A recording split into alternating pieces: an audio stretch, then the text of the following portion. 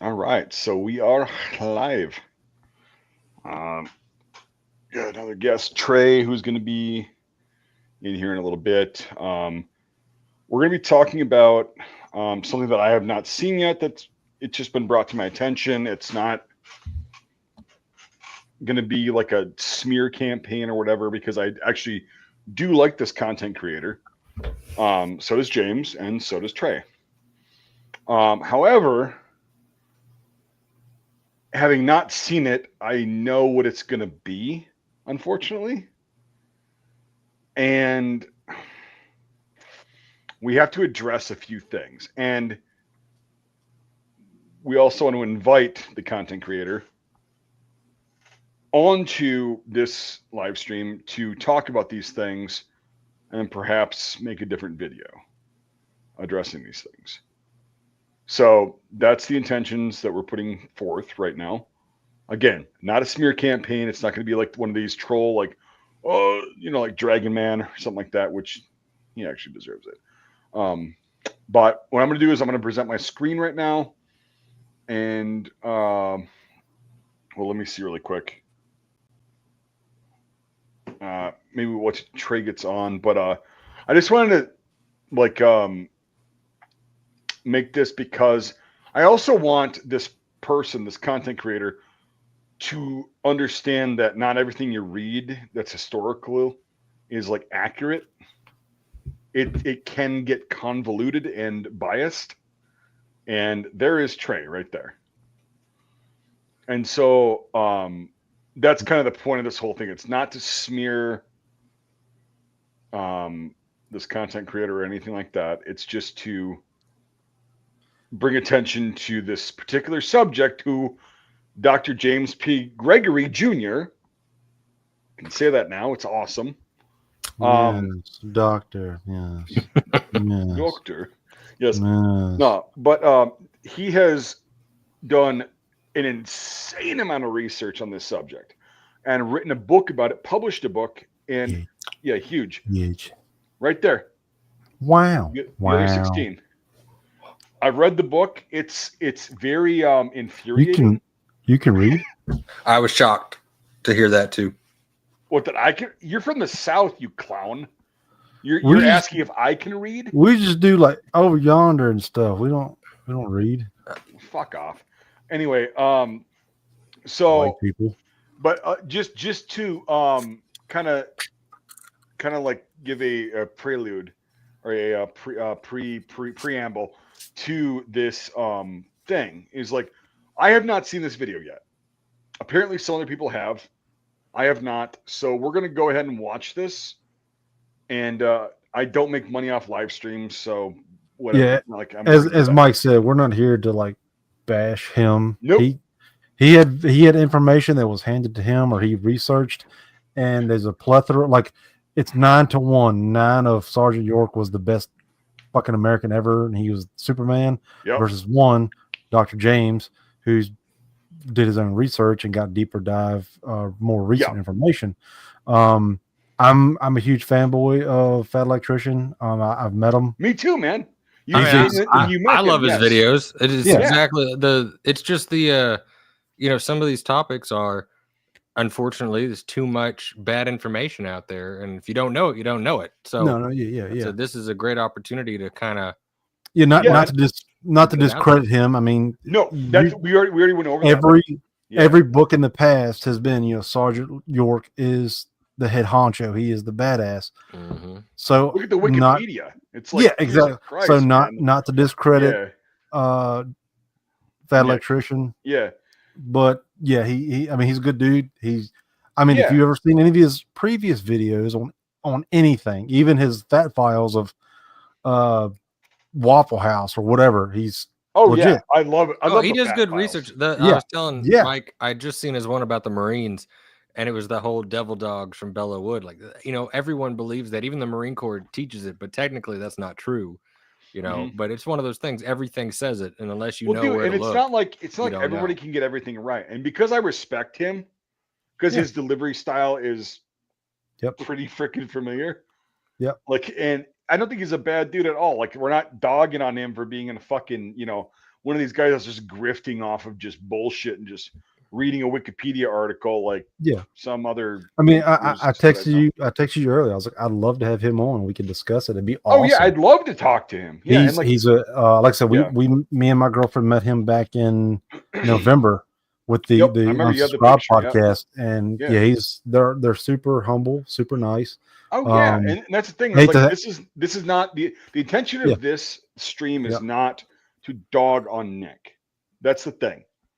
It is just we're going to review his content, which he puts out, and he's fucking good at it. However, without having seen it yet, I know what it's going to be. Or maybe I don't. Maybe I'll be pleasantly surprised, but quick side note, Dr. James Gregory knows an insane amount about this subject. He is a doctor. I figure we just do this. Yeah. Yeah. So you have to do the doctor thing now. You have to do that. Yeah, in class. Now see, I just had like a brain aneurysm. So in the chat, Matthew Adamy says, what did Dragon Man do? Well, what? No. Hold on. What if we convince that electrician to go to Dragon Man's museum? Well, he isn't going to know the difference. Like he knows a lot about history. No, Nick would. No, Nick would definitely know. In my opinion, I haven't sat down. Uniforms in the M43 versus I the M40. think so. Let's so. see what it's got. Pull it up. Yeah. No arguing. Let's just watch the video. Let's see it. Yeah. Okay. That's it. Okay. Thank you, James. And Robert King. Or Dr. James. I'm sorry. World War III might be kicking off, apparently. Well, whatever. Fuck it. I don't care anymore. I'm too old and fat to fight. Yeah. You're not close to the U.S. Capitol, so fuck off. I don't care. Like, what the fuck is this? I'm possibly in nuke range. Who gives a fuck? Like, I'm done caring. I do. All right, penises. Can you see this? Yes. Let's do it. Can you hear it? Oh, it's not playing, so hit play. He's so hotter than you. Okay, James, answer my question. Can you hear it? I can hear. No, it's not playing. I can't hear it. Now I can. Yep. I'm just doing a fucking sound check and a video check, fucker. Hit play. Jesus Christ. All right. What the fuck? Why is it not letting me do the... Okay, whatever. I guess it's full screen. Okay. Just jump to John Rambo, the fictional hero from the Vietnam War. Well, John Rambo is actually based off of a real war hero, Roy Benavidez. Roy Benavidez joined the army because he wanted to be like Audie Murphy, the most decorated war hero of World War II. And Audie Murphy joined the military because he wanted to be like this man.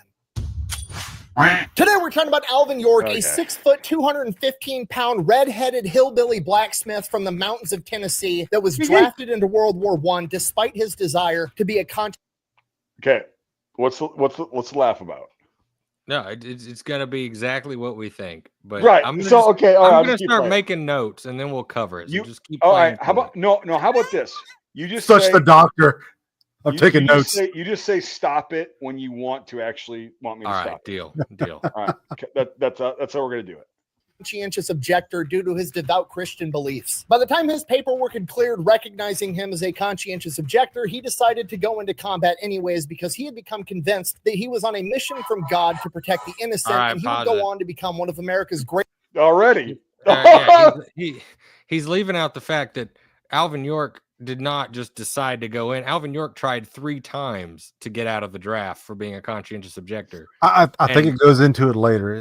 They appealed like 3 times or something. Okay, if he goes into it later, but that he didn't decide to. He had no other choice. All right, so we'll carry on. Greatest war heroes in World War I. And we're going to get into it right after a word from our sponsor. Fast forward. And then turns in half as a mother and a 2-bed or 2 older brothers, and would later go on to have 8 younger siblings, and they all grew up in a 2-bedroom log cabin in Pall Mall, Tennessee, right next to the Kentucky border. The York family. You can fast forward through some of this stuff. Family has been in this exact 11 siblings with his other body would have shooting competitions every weekend, and sometimes these shooting competitions would have prizes. There'd be 4 separate events. If you won one of the events, the prize wasn't cash, it was a cow, so you would actually win a quarter of that cow. Young teenage Alvin York would walk miles into town, partake in this shooting competition with his muzzleloader, win all 4 events, and then opt to just take the whole cow and walk it home so he didn't have to carry all the slaughtered meat himself, and he would then slaughter the cow once he got home. Yeah, keep going. I haven't heard anything about that. The early stuff is iffy. Just keep going. Like a brick shit house. He was so big and so jacked compared to everybody else living up in the Appalachian Mountains that they would just refer to him as Biggin. You know, as in like, hey, go talk to Alvin about that. Oh, okay, sure. Which one's Alvin? Fucking the Biggin. And this has been his entire life at this point, his childhood, his teenage years, his early 20s, just hunting out in the woods, blacksmithing, farming, getting food to survive, minding his own business, and going to church on Sundays. That's what he does. That's all he ever wants to do. It's just a perfect, peaceful, happy life. As time goes on, his 2 older brothers wind up finding wives. They move out. They start their own families. Now Alvin is the oldest sibling in the house. And then in 1911, his father passes away, and Alvin becomes the man of the house. And Alvin is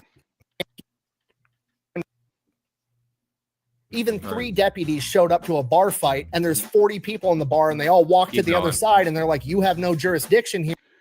Yeah, I think a majority of the first third is probably... Yeah, go right there. See where it is. It's a red card in the mail from Washington, D.C. Alvin York has just been notified that he is to go sign up for the draft to go fight in World War I. Now, he's a devout Christian at this point. He truly, truly believes in his heart, thou shalt not kill. He does not think that he is supposed to fight, kill, do any of that business, and he does not want to go off to war and do it. So on the draft card they sent him, where he's supposed to fill out all of his information, they ask on there, are you a conscientious objector? He checks yes. Explain your reasoning. He simply writes, I don't want to fight, and mails it back off.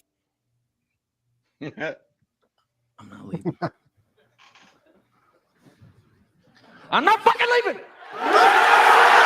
Obviously, that gets rejected. Alvin York, kind of not knowing what to do, goes to the pastor for help. The pastor helps him file an appeal to send it off to Nashville. And with that appeal, he has 2 sworn statements, one from Alvin, one from the pastor, saying, hey, this is his religion. He's not supposed to be killing people. He should be recognized as a conscientious objector. They mail that off to Nashville, and it still gets rejected again. And the reasoning behind that is because Alvin York's sect of Christianity was Pentecostal, which is a fairly new sect of Christianity at this point in time. I believe it started in the early 1900s as kind of a veer off from Methodists. So the draft committee in Nashville is essentially like, look, this is a new church. It's not nationwide. It's not well recognized. All the other mainstream Christian denominations, Catholic, Orthodox, Baptist, Methodist, Lutheran, they're all getting drafted and going off to war. You guys can too. At this point in time, unless you were like actually a pastor or priest in one of these Christian denominations, conscientious objector status was more reserved for like Quakers, Amish, and Mennonites. So that's it. Alvin York's getting drafted. By November, he's got orders to report for duty, and by February, he is attached to G Company of the 328th Battalion of the 80.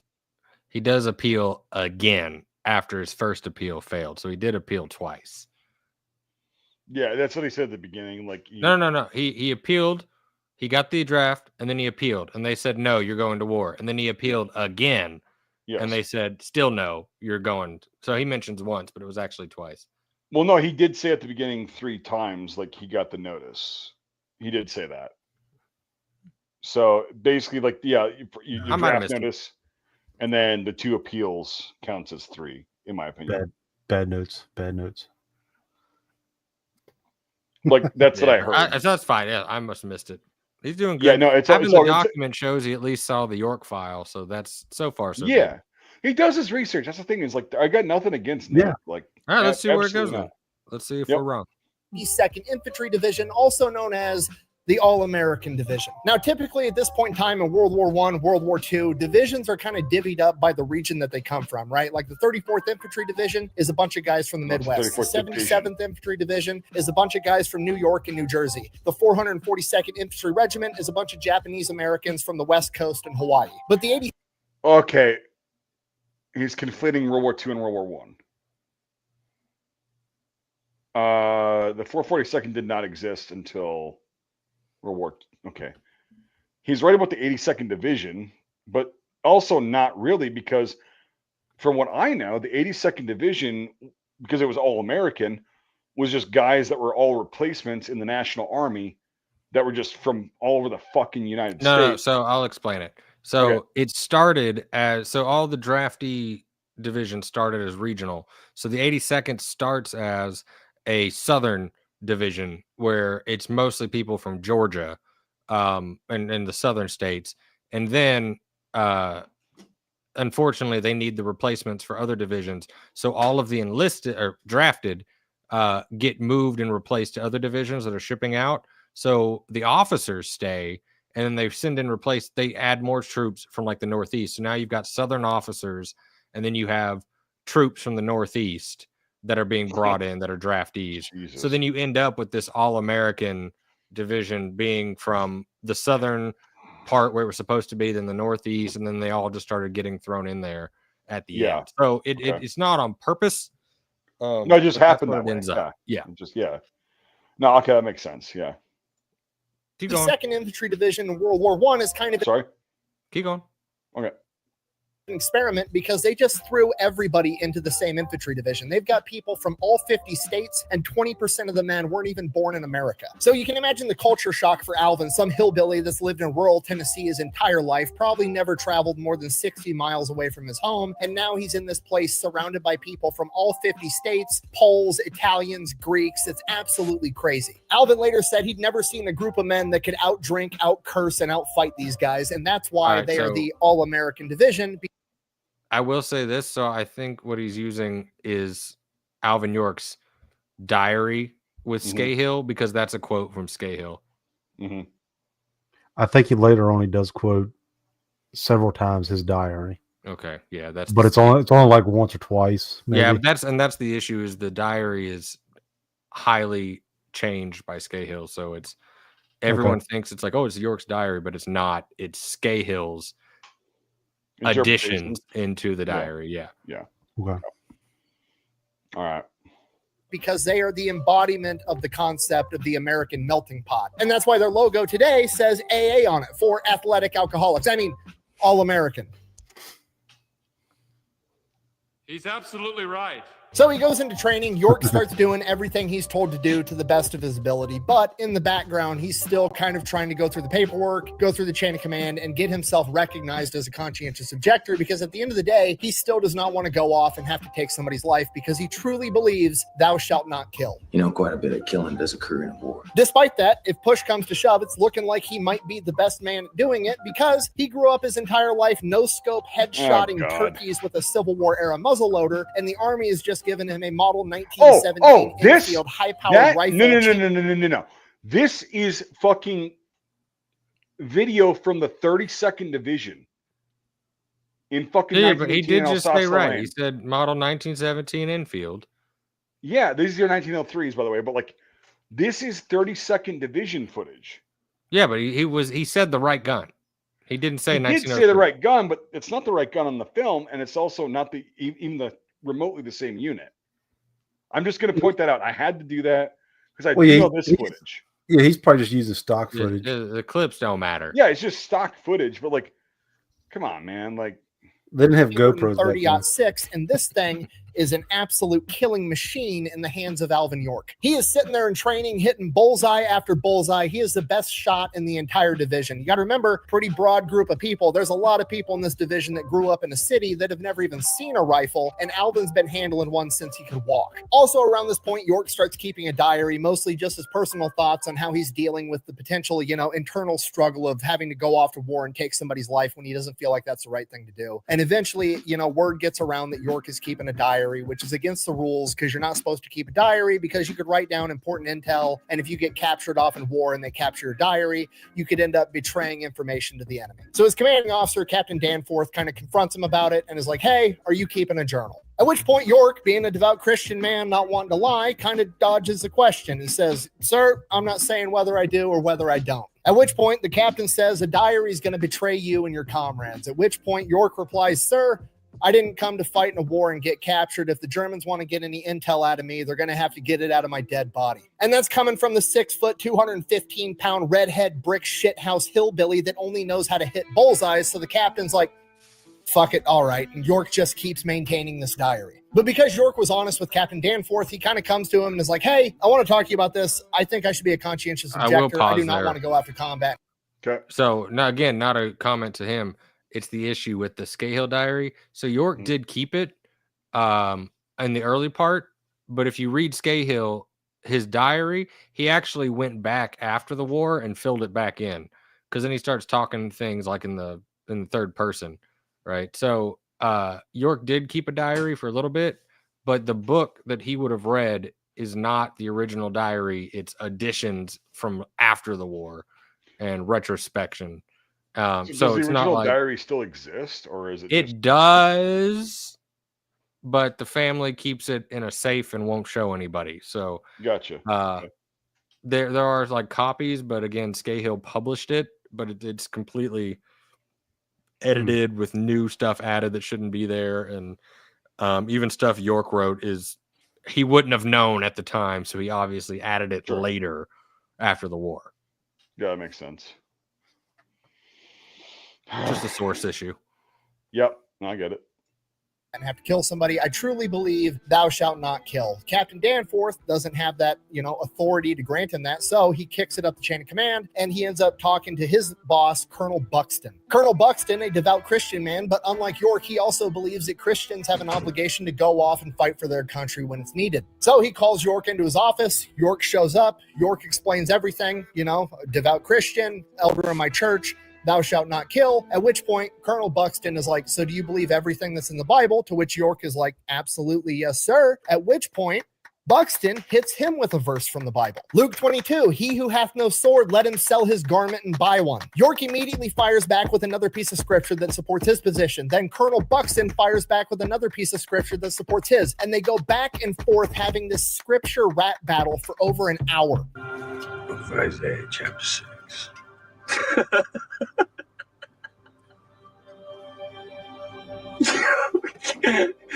Yeah. It's like two wizards having a battle with Bible verses for over an hour. It's absolutely crazy. And then Colonel Buxton ends up winning when he hits York with Ezekiel 33. If the watchman sees the sword coming and blows no trumpet, the blood of the people is on his hands. And this shatters York's entire worldview. York has this epiphany. Maybe he's been sent there by God because he's the watchman. Maybe he's supposed to be there to protect the innocent. So now he doesn't know what to do. But unbeknownst to him, while this has been going on, his pastor and Gracie and his mom back home have been writing every politician trying to get him recognized as a conscientious objector. They even wrote the office of the president and they got it pushed through. York receives the paperwork. All he has to do is sign his name on the dotted line and he will be recognized as a conscientious objector. But now he doesn't know if that's what he's supposed to do. Maybe he's supposed to go off and fight in this war.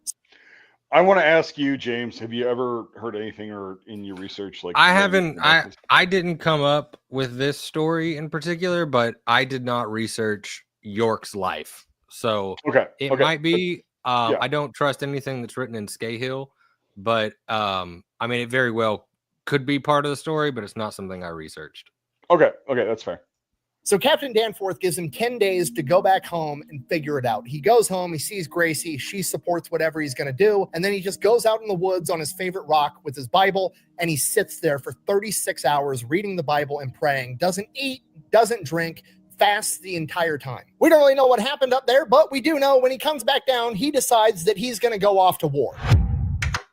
Okay, pause, just so we're on the same page. Whether you're religious and believe in this type of stuff, or you're an atheist, or you're religious, but you believe York might be a little bit crazy, none of that matters. The only thing that matters with this now is that the 6-foot-tall, redhead, brick shithouse expert marksman now believes that he is on a mission from God to defend the innocent, and that should terrify absolutely everybody. And if you don't understand the significance of this, I've been doing combat sports my entire life. Taekwondo, karate, boxing, kickboxing. I'm a jiu-jitsu coach. I've got certifications in MACP from my time in the Army. If you name a combat sport, I've probably done it to some extent, and I've done it against a broad demographic of people. And I'm telling you right now, the toughest people on the planet are these rural farm kids that grew up in the middle of bumfuck nowhere. You borderline have to kill them just to get them to slow down, and that's when they're doing it for fun, okay? I've never had to compete against one of these dudes when they thought they were on a mission from God to defeat me, and I'm going to be honest, I don't want to. It sounds like an absolutely horrible time. So York finishes up his 10 days of leave, heads back over to G Company, reports to Captain Danforth. Captain Danforth asks him if he wants to fight Germans. York replies, if a man can make peace through fighting, he's a peacemaker. And with that, they ship off to war. May 1st, they board the ship to head across the Atlantic Ocean. And Wait, York is it, timeline's kind of fucked up here. Am I missing something? No, so this whole episode is one of those things. It's like it happened, but like the exact timing is weird. Just don't worry about the timing. Just okay. don't worry about I'll just let it play out. I'll just let it play out. Ever seen the ocean before. It's the most beautiful, incredible thing he's ever seen in his entire life. He's just completely awestruck at its beauty. And then 5 minutes later, he's violently puking and he gets seasick the entire voyage. So the 82nd makes it into theater in June 1918, and they spend the first couple of months are there kind of getting rotated into reserve positions. You know, they're occupying trenches that aren't seeing a lot of combat, or they're going out on patrols. They do see some combat. They get hit with artillery. There's sniper fire, but it's not the front line. Like, it's not where all the action is happening. Despite that, during this time, York really lays down a pretty impressive demonstration of his faith, because this dude, again, believes that he's on a mission from God. And in his mind, God's not going to let him get hurt. And even if he does, it's part of God's plan. So it's okay. He does not give a fuck about anything. Like, they have enemy artillery fire coming in. Everybody else is hitting the dirt, hiding in foxholes. And York is just standing there like, it'll be fine. God's going to protect me, which sounds stupid, but it's not stupid if it works. And it works the entire time. The dude never gets so much as a scratch. In his journal, he literally writes that enemy sniper fire when it's close sounds like angry bumblebees when I used to rob their nest back at home. Like, everybody else is having the worst time of their life, and him almost getting his head taken off by an enemy sniper is. So a lot of the anecdotes in the book are not from York. It's shit Scahill added after the fact. All Bumblebees, the dude. Yeah, the whole yeah.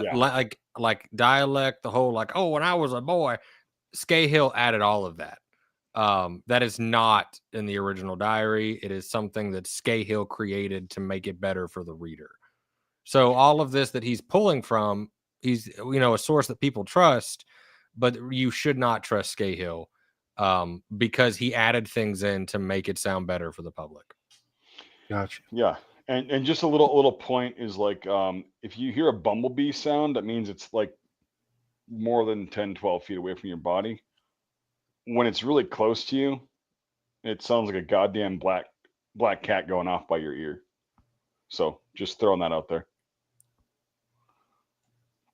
Bringing back fond childhood memories. I'm in danger. Okay, he also wrote in his journal, quote, there's no use in worrying about shells if you can't alter things. Just ask God to help you and accept it. Men who worry destroy their peace of mind without doing any good. Okay, he's like the Terminator version of the slightly awkward homeschooled kid that you met at your first job in high school. Okay, don't give me that look. You know exactly what I'm talking about. From here, they start seeing more heavy combat. They have to go in and push the Germans out of this stronghold called St. Mihail. They go in, they push the Germans out. The Germans end up retreating. They take over the town. Hooray. After they take over the town, right outside the town, there's all these vineyards full of fresh grapes. Grapes are essentially candy, and these guys have been eating army rations for months. That sounds delicious. So all the soldiers are going out into these vineyards. They're eating grapes. The Germans send up weather balloons. They end up spotting a bunch of soldiers in these vineyards, and they start dropping artillery on them. All the soldiers retreat. The chain of command's like, okay, no more going out in the vineyards to eat grapes because they're going to blow your ass up. But Sergeant York knows he's not going to get blown up because God's going to protect him. So he sneaks off on his own against orders to go eat some grapes. Sergeant York is out there. It's peaceful. He's eating grapes. He's having a moment to himself in the silence. And then he turns around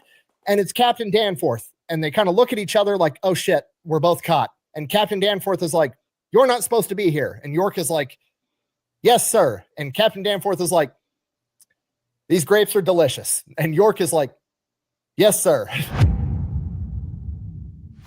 From here, York and the 82nd are going from St. Mihail to another town called Chantal-Cherie. It has been held by the Germans for over 4 years. The entire duration of World War I, the Germans have been here. Whether York and the rest of the 82nd realize it at this point in time or not, they are about to participate in the Meuse-Argonne offensive. It is quite literally the largest military offensive in U.S. military history. Not largest at this point in time. No, just the largest ever, period. Okay, to put this into perspective, when people think of like huge military offensives, everybody automatically thinks of, you know, D-Day, Saving Private Ryan, other TV shows and movies about World War II. It's this massive battle scene, right? D-Day had 156,000 men hitting the beach. The Meuse-Argonne offensive is 2 million men attacking the German front. It is a military operation that is quite literally so large, it is hard to conceptualize, okay? There's 50 states in the United States. 11 of them have less than 2 million people, okay? There's 11 states in the United States that have less people living in them in totality between old people, young people, kids, than the amount of soldiers that are about to rush the German line. So this is only one very, very small chunk of an enormous battle, but York and the 82nd show up to Chantal-Cherie. Germans don't even put up a fight for it. They literally just leave the town and head off into the wood line outside the town. Now, right outside the town, there's a big hill called Hill 223. Then there's a big valley. And then on the other side of that valley, there's 3 more hills in a triangular formation. So the 82nd goes in. They push the Germans off Hill 223. They take that hill. Now they're looking forward. It's the valley, 3 triangular hills directly in front of them. And they're going to have to cross. Yeah, go back to that map.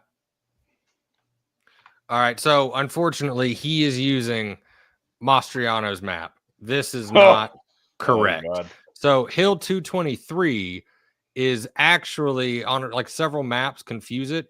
So if you move your mouse to the left of Chantal-Cherie, down, that right there, that hill on the right there, that's Hill 223. If you follow the 82nd Division's history, this whole Humsaberg, that's some bullshit in Mastriano's book. That is never established that this is correct. And he's got the attack all wrong here in this map. The attack should be that valley in between where your mouse is and where he's got Hill 223. That right here? No, up. Oh, the here. valley. Hang on. No, the Y. Yeah, Right there. yeah, right there. That is the avenue of attack, not where he's using Mastriano's work here. This is completely wrong. Okay. So he's about to retell the story as Mastriano and all the other people have told it. This is completely wrong. Hill 223 is not there. The battle does not happen in this corner. So just setting that up, this is automatically set wrong. Okay.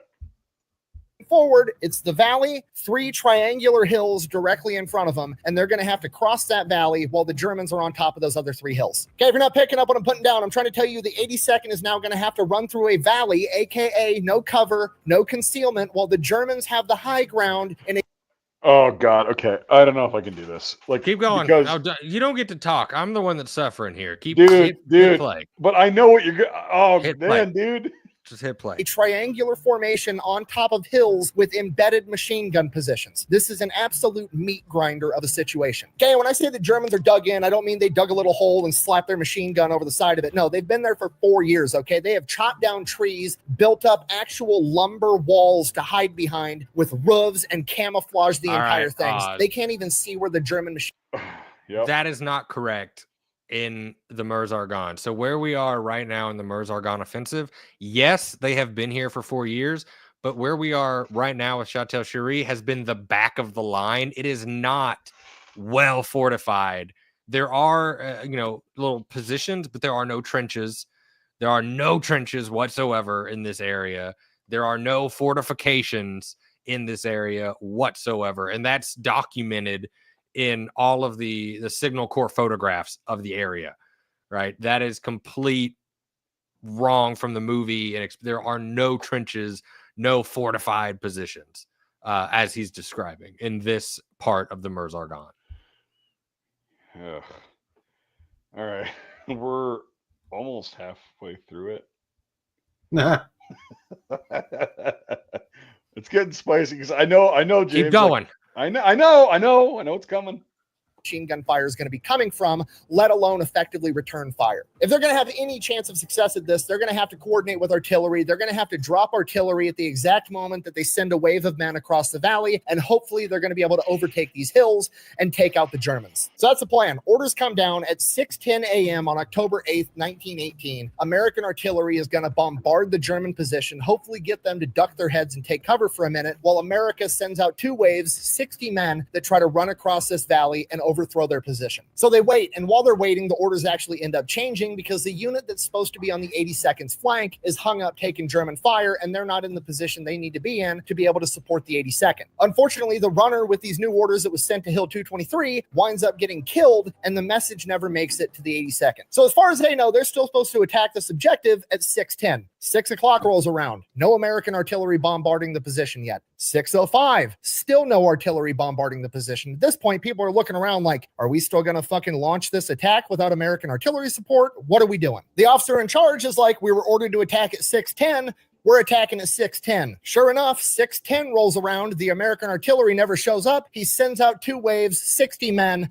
None of them make it. As this battle unfolds and the German machine guns open fire, the chain of command can see there's like 35 machine gun nests all over these 3 hills. There's absolutely no way they're going to make it past 35. I was just about to ask you. Push of 60 men, that is not correct. They stepped off for the attack that morning. That is correct. But the valley was filled with a thick fog, and they ended up taking fire from both sides. And a lot of men were killed, but it's not like this massive charge across no man's land. Right. This was an active, like, just slow push into the fog, not some massive attack. All right, continue. Was there 35 machine gun nests? So that comes from the myth. There are no 35 machine guns. So he's about to say that York captured 35 machine guns. Absolutely bullshit. There are no 35. Now, there are plenty in the valley, but what they're taking fire from is not some 35 machine guns in a fortified position. Yeah, it's rifle fire. Yeah. Okay. All right. Continue. German machine guns. From here, the chain of command decides the best course of action is going to be to send out a small patrol of men. They're hopefully going to be able to skirt out around the backside of these German machine gun positions and make it to the center hill where most of their firepower is and take out all those machine gun nests. Then they should be able to assault through the valley and up onto these hills. Okay, just so we're on the same page, this is also not a great plan, okay? Like, yes, they're not assaulting the positions directly, but, you know, if the Germans are straight in front of you, they're going to run off this way, still through part of this valley, not as big of a part, not as much time to fire on them, but it's still a valley with no cover, no concealment in broad fucking daylight. Like, best case scenario, they all run really fast, the Germans don't hit them, but now the Germans know that they're coming. So it's not a good plan, but it's the only one we've got. So they pick 17 men. They've got a sergeant, 3 corporals, and a bunch of privates. One of those corporals is Corporal Alvin York. So they go to... All right, we'll be technical here. So after the attack starts, Kirby Stewart, who is in charge, is killed. When Kirby Stewart is killed, that's when they say, all right, we need someone to make a patrol to find out where the Germans are. So they do select 17 men. However, just being technical here, Early is acting sergeant. There are 3 corporals. Yeah, he's a corporal.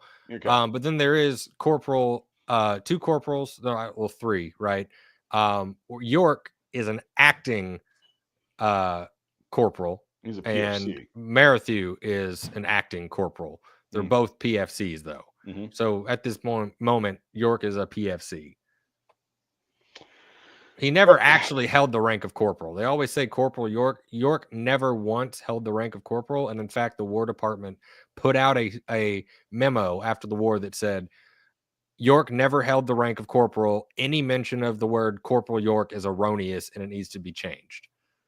Go down to the base of Hill 223, probably get a quick stretch in, hype themselves up, about to run through German machine gun fire. No big deal. They're getting ready and they're counting it down and they're all going to hop up and start running for their lives. It's like 3, 2, 1, and right as they say 1, the German machine gun positions just start getting bombarded with American artillery. It showed up late, and it showed up at the perfect time as all these guys start running across this narrow stretch of the valley. All the Germans are forced to take... Let's redo this. I told you, I said it's getting spicy. There is no bombardment that protects them. When they set off that morning, it is after the failed first push. It is a foggy terrain, and it's a thick wood. There is no bombardment that covers them. They're not in some empty valley. They're in a thick forest, and Early just takes them in through the fog on the left side and follows the thick brush. There is no artillery that's protecting them. It's not like the Germans can see them, but now they can't. They are just using the terrain to go through. This is not like some clandestine, Deus Machina. No, this is the environmental and Early's leadership. We've got about a half hour to get this fucking done. I know. Keep going. Jesus. Yeah. Cover, and none of the Germans see these guys clear the valley. Okay, I don't know if it's divine intervention, plot armor, fate, call it whatever you want, but in this particular case, shit worked. So I will say, I know he's doing this, and again, I don't blame him because I know what sources he's using. But you know, in my book, we even fixed the map. So the issue is he's got the story where they're pushing upwards. So this is where he said Hill 223, right? So they're going this way. So when he's explaining this in his mind, he's thinking of this massive valley, but that's not the case. The attack was on this valley. So all they did was on this hill, they just went around it, right? So we've got it out here on the map. They went around and followed it up to the hill. So it's not like they went through the valley. They just went around another hill to get to their position. So this is not his fault. It's the fault of the sources. Oh, absolutely. He's thinking of them crossing a valley. They do not cross a valley because that's not the position. They're in a position further south. Yeah, and that's why I want to get this clarified right now.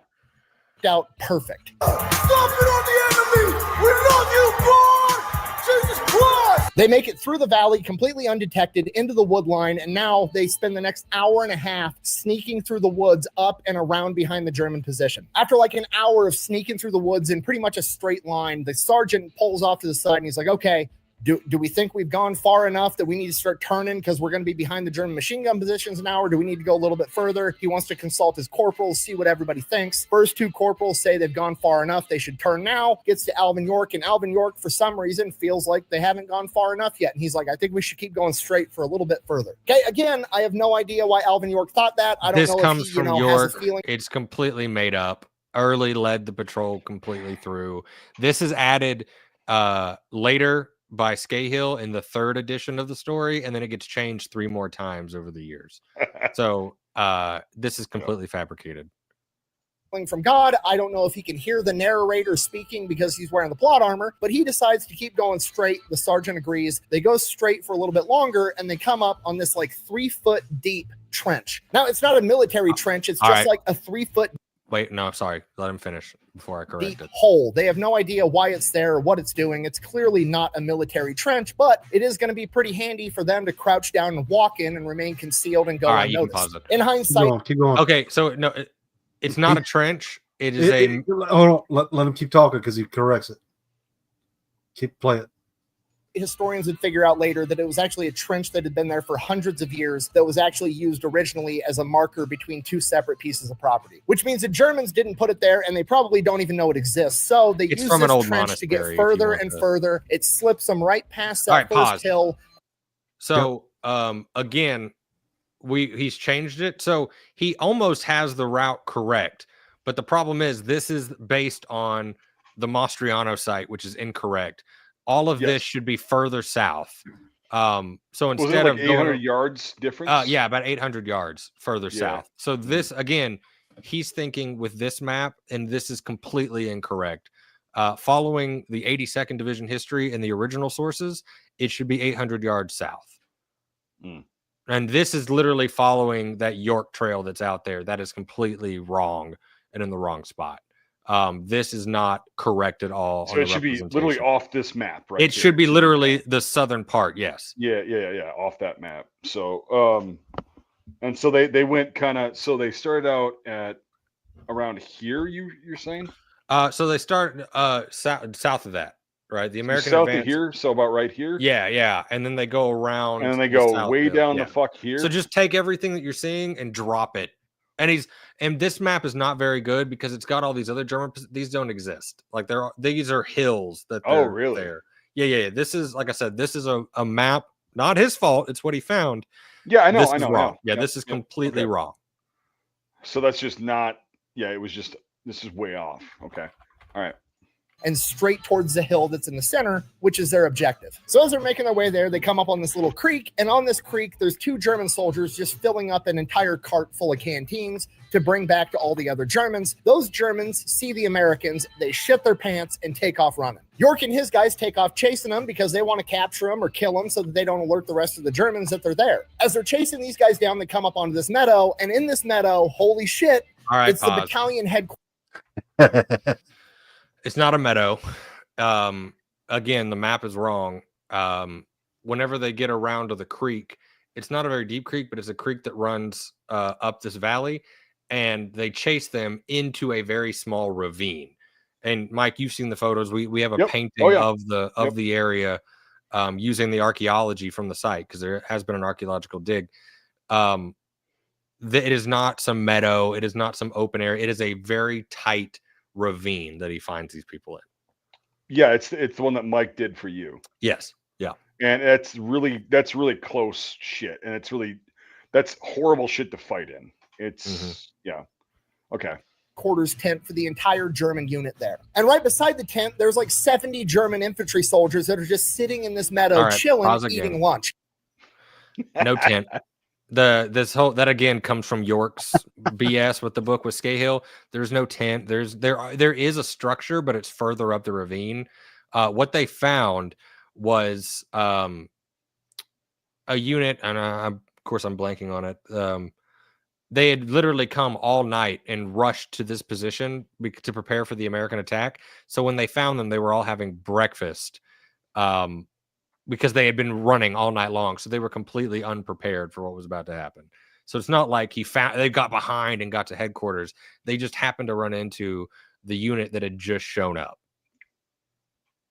Yep. These were the reinforcements that the Germans had brought in to launch a counterattack against the 82nd Division. Now, the two Germans that they're chasing do not immediately cut out into the meadow because they don't want to run out into the open, because then the Americans are going to shoot them. So they want to skirt this tree line and get as close to that tent as they can, and then run into the tent and tell the German commander that the Americans are here. Okay, that's a good plan on their part as far as, not getting shot and dying goes. But fortunately for the Americans, this gives them time to be like, fuck that, let them keep running through the wood line. They immediately advance into the meadow and attack these 70 soldiers that aren't carrying their guns. They're just sitting down, chilling, eating lunch, and immediately force all 70 of them to surrender. Now, the 70 Germans are caught completely off guard. All they see is Americans running towards them with their guns up, yelling, surrender. These guys. So I know I've done this with y'all, and we did it with the archaeology showing the site. So what actually happened is they did follow them and find the ravine, but it's not like, oh, charge. Early ordered all of his men to split up. So they had planned this where Early and his men went to the left. York and Beardsley were ordered to go, because York is in charge of a Shosho squad. So York goes to the right where he's ordered. Beardsley has the Shosho. They set up. Early and everyone else goes to the left. They set up, and then Early opens fire, which is the signal for everyone else to open fire. So they don't just like run into the field. They set up, open fire. They kill probably about 20 or so in this opening volley, completely unprepared Germans, and then they surrender too early. That's not a good story, though. Guys have their guns, all set to the side. Half of them are sleeping, half of them are eating. They think it's a huge American counterattack, so they surrender immediately, not knowing that it's only 17 guys. While the Germans are standing up, putting their hands in the air, the other two canteen Germans cut out of the wood line, run into the battalion command tent, and tell the German commander, Commander Vollmer, the Americans are attacking. He freaks out, grabs his pistol, turns around, goes to tell the 70 infantry troops that just showed up, get ready for a fight, and what he... Okay, not true at all. This is from the York bullshit. And from the Mastriano book. Vollmer is captured immediately. This is the part of this ridiculous story. In the painting. Vollmer is captured immediately. He's one of those who is captured in the first group. This whole they run and catch. I know what he's about to say. He's setting up the whole York shooting him back to front, right? That is not Vollmer. In fact, the closest guy to that would be Lipp. And again, I'm blanking on some of the German names, but they're all in my book because I tracked down all of the German sources and I tracked down all of the Germans involved in this engagement. Vollmer is captured first. That is completely false. Vollmer did not rush in here. I'm going to say pause again, but go ahead. Oh, I know you're going to say pause again. Yep. He sees as they're already standing with their arms up in the air, they've already surrendered. And he's like, what the fuck? I'm surrounded by idiots. He then turns around again, probably trying to quickly send a runner or send a radio transmission to his other guys up on the hill, letting them know the Americans are here. And right in front of him is 6 foot tall, red-haired, red-mustached, ginger Alvin York standing there with his gun. And he's like, surrender. So Commander Vollmer, who actually went to college in Chicago and in Alvin York's own words speaks better English than he does, understands exactly what Alvin York said and agrees to surrender. York and Vollmer then leave the tent and they pause it all. None of this is correct. No. Upon the opening volley, right, 20 or so Germans killed. They surrender. Early then orders Alvin York to use the show, watch them. And then he gets his men to go in there and take all the weapons from these Germans. It's about 70 to 80 that are captured immediately. Sure. Vollmer being one of them. So Vollmer, this is a very misleading way of saying this. Vollmer did not surrender to York. Vollmer surrendered to Early. York was just ordered to go over there and take all their weapons. So there's actually 4 Americans or 5 Americans lining them up in 2 rows and taking away all their weapons in order to march them back out to American lines. So it just so happens, you know, if we take York's word about this conversation with Vollmer, this just so happens because York happens to be the closest one to Vollmer in this lineup, right? It's not that York did something here. He was just told to line them up. Yeah. So Vollmer, again, not in any tent, no headquarters. Vollmer was captured in the middle of all of his men. Continue. All right. Go out and York's going to talk to the rest of his guys, and the Germans on top of Hill 2 with their machine guns have figured out something is going on, and they scream down at the Germans in German, presumably there are no machine gun nests on the top of this hill. So again, he's using the wrong map and he's using the wrong material. In this ravine, yes, there are German machine gun nests on the opposite side of the hill, but there are no, like the movie, there are no machine gun nests on top of the hill, right? That is complete fabrication. That's not what happens. According to the German sources, what happened was once they were lined up, it just so happened that further up the hill on the ravine, right? The ravine's like this. You got the bottom, the Germans, top of the hill's up here.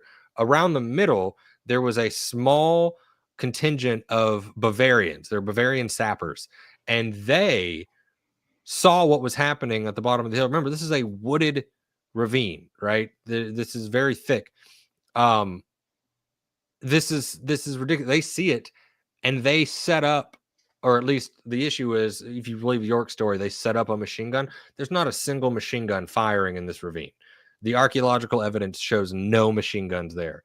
So instead, the 30 or so Bavarians on the little further up the ravine, they open fire with their rifles, but there's not a single machine gun that fires into this ravine. The archaeological evidence has absolutely no machine gun positions firing upon this.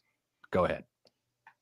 Saying, get down. All the Germans drop and the German machine guns open fire. Before York's guys even know what's going on, they are already getting lit up by these German machine guns. In a matter of seconds, 6 Americans are killed, 3 are injured, leaving 8 men left in play with 70 prisoners and German machine gunners up on the hill opening fire on them. Of the 9 American casualties, they include the sergeant and the other 2 corporals, meaning... Really quick, what he's trying to say is what you just said is like they were killed by rifle fire. Rifle fire, but the issue here, and I know what he's about to say because it's the same bullshit. Yep, yeah. I'll just keep playing. Sorry, I'll just keep playing. Go ahead. And then the only corporal, the only NCO, the only leadership position left in play is Alvin York and a bunch. All right, pause. Absolutely complete bullshit. Well, we already addressed that. We already know that. So there's 17 men. Yes, 6 of them are killed. That is correct, right? However, the 6 that are killed are the ones closer to the German prisoners. However, it does not. This is York's version of the story, which is the version that gets changed up by his commanding officers later, saying that Early and Merrithew and Savage, the 2 corporals and the sergeant, that they were knocked out of action. Completely untrue. Now, Savage, he was killed outright. That is correct. Early, he was shot 6 times. The man is severely wounded, but he verbally passes command to Merrithew. Merrithew then takes command of this little group and orders them to return fire. Merrithew is then shot in the right arm, right? But Merrithew refuses. He doesn't go down. He pulls out his revolver and continues the fight. And that is confirmed not only with the archaeological evidence, but by the stories of the other men, right? So York at no point in this battle is in charge. Merrithew takes over as the ranking NCO here and the one verbally put in Because charge. he was a corporal. Yeah, even though he's wounded, he still remains in the fight. That's why he later gets the Silver Star, which should have been a DSC. It's due to him remaining in the fight in charge. So this again is from the incorrect York history, but Merrithew 100% is in charge of this unit at this point, not York. York is now in charge. The rest of the Americans all drop to the ground, try to return fire, but they're mostly just taking cover. Alvin York rushes the hill by himself. All right, let's change all of this. So this is the myth right here, right? Absolutely untrue. If you read York's accounts, the story changes 18 times over. But what actually happens, remember, you have 11 men. Beardsley, who is with York, has a show, an automatic rifle, right? Yep. He is laying down fire until it jams, and then he pulls out his pistol and fights alongside York. York is beside him. They're towards the bottom of the ravine, but they are returning fire together. Then you have Merrithew returning fire with his revolver, and then you have Wine returning fire with his rifle. You have all the other men returning fire with their weapons, right? This is not, they all hide and York's the only one who does something. Untrue.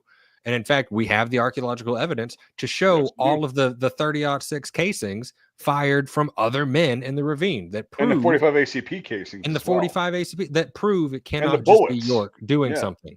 And on top of that, we're going to pause it again, but he says York charged up the hill. Untrue. York never charges up the hill. And in fact, the soil of the location, and again, this location has been found with archaeology 100% pinpointing this battle. That soil is so loose, there is no way any man ran up the hill. But on top of that, York never runs up the hill. That is completely untrue. It was added later in the story by Scahill and all these other men trying to change the story up. York does not leave the ravine at any point in the story.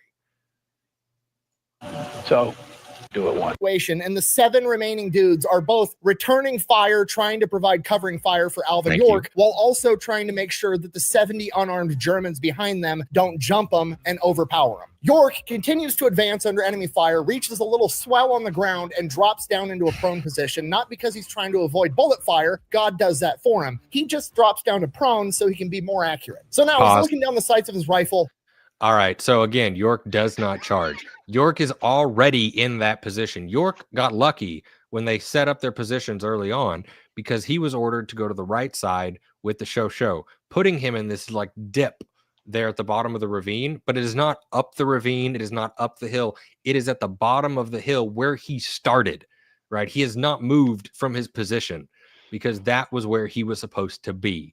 And again, in the painting we had commissioned using the archaeology and York's own report, he is at the bottom of the hill. He just happens to be in such a position where the Bavarians on top of the hill cannot get a good shot at where he is. But he's in a great position. No, but he's a great position. But he did not charge there. He did not run up the hill. He was already there. Well, here's the thing: is if you got a good position as a fucking grunt, like, you're going to sit there and take advantage of it. You're going to be like, I'm going to pick these fuckers off. Yeah. Well, and you got to remember, just to the left of him is Beardsley with a fucking show. The show. Yeah. Right. Exactly. They are together. Right. This is not like York's alone. So, all right, continue. And he's just waiting for the German helmet to pop up. He's sitting there. He's yelling, surrender, give up. He's literally trying to be a nice guy about this.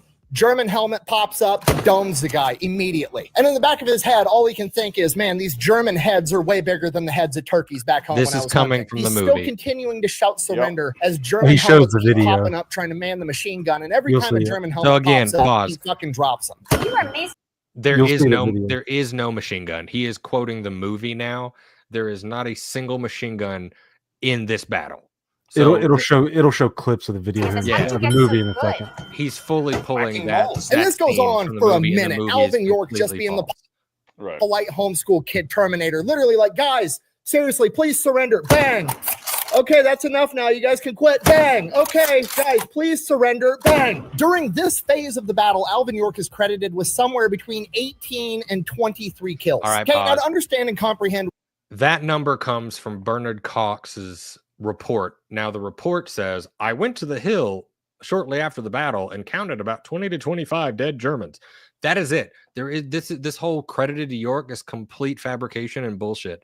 The only document that gives a number just says there were 25 dead Germans when I counted. You got to remember, not only did Early and the men open, you have 17 men who opened fire on non-moving targets. They racked up 20 kills, right? And then you have the secondary part where the battle opens up, and then you have, again, 6 other men and a show open fire. So York does not have this credit of 25 men. Absolute bullshit. That number is for the total of them, but like so I'm sure else. a couple, but that 25 is not York. Yeah. That 25 is the 17 men all together. Right, opening fire on stationary exactly. targets. So that whole number is false. That is a number attributed thanks to Bernard Cox's paperwork, and that report doesn't say I give it to York. That report just says I found 20 bodies. It'll get worse. Hold on. Ugh. Oh my god, it gets worse. Okay. Well, James, sorry. Like I didn't think it was gonna be this. Keep going. No, okay, it's not his fault. What's gonna happen next? Again, this is to set I know the it's record. not his fault, but like I knew where this was going, but it's like. But this is to set the record straight.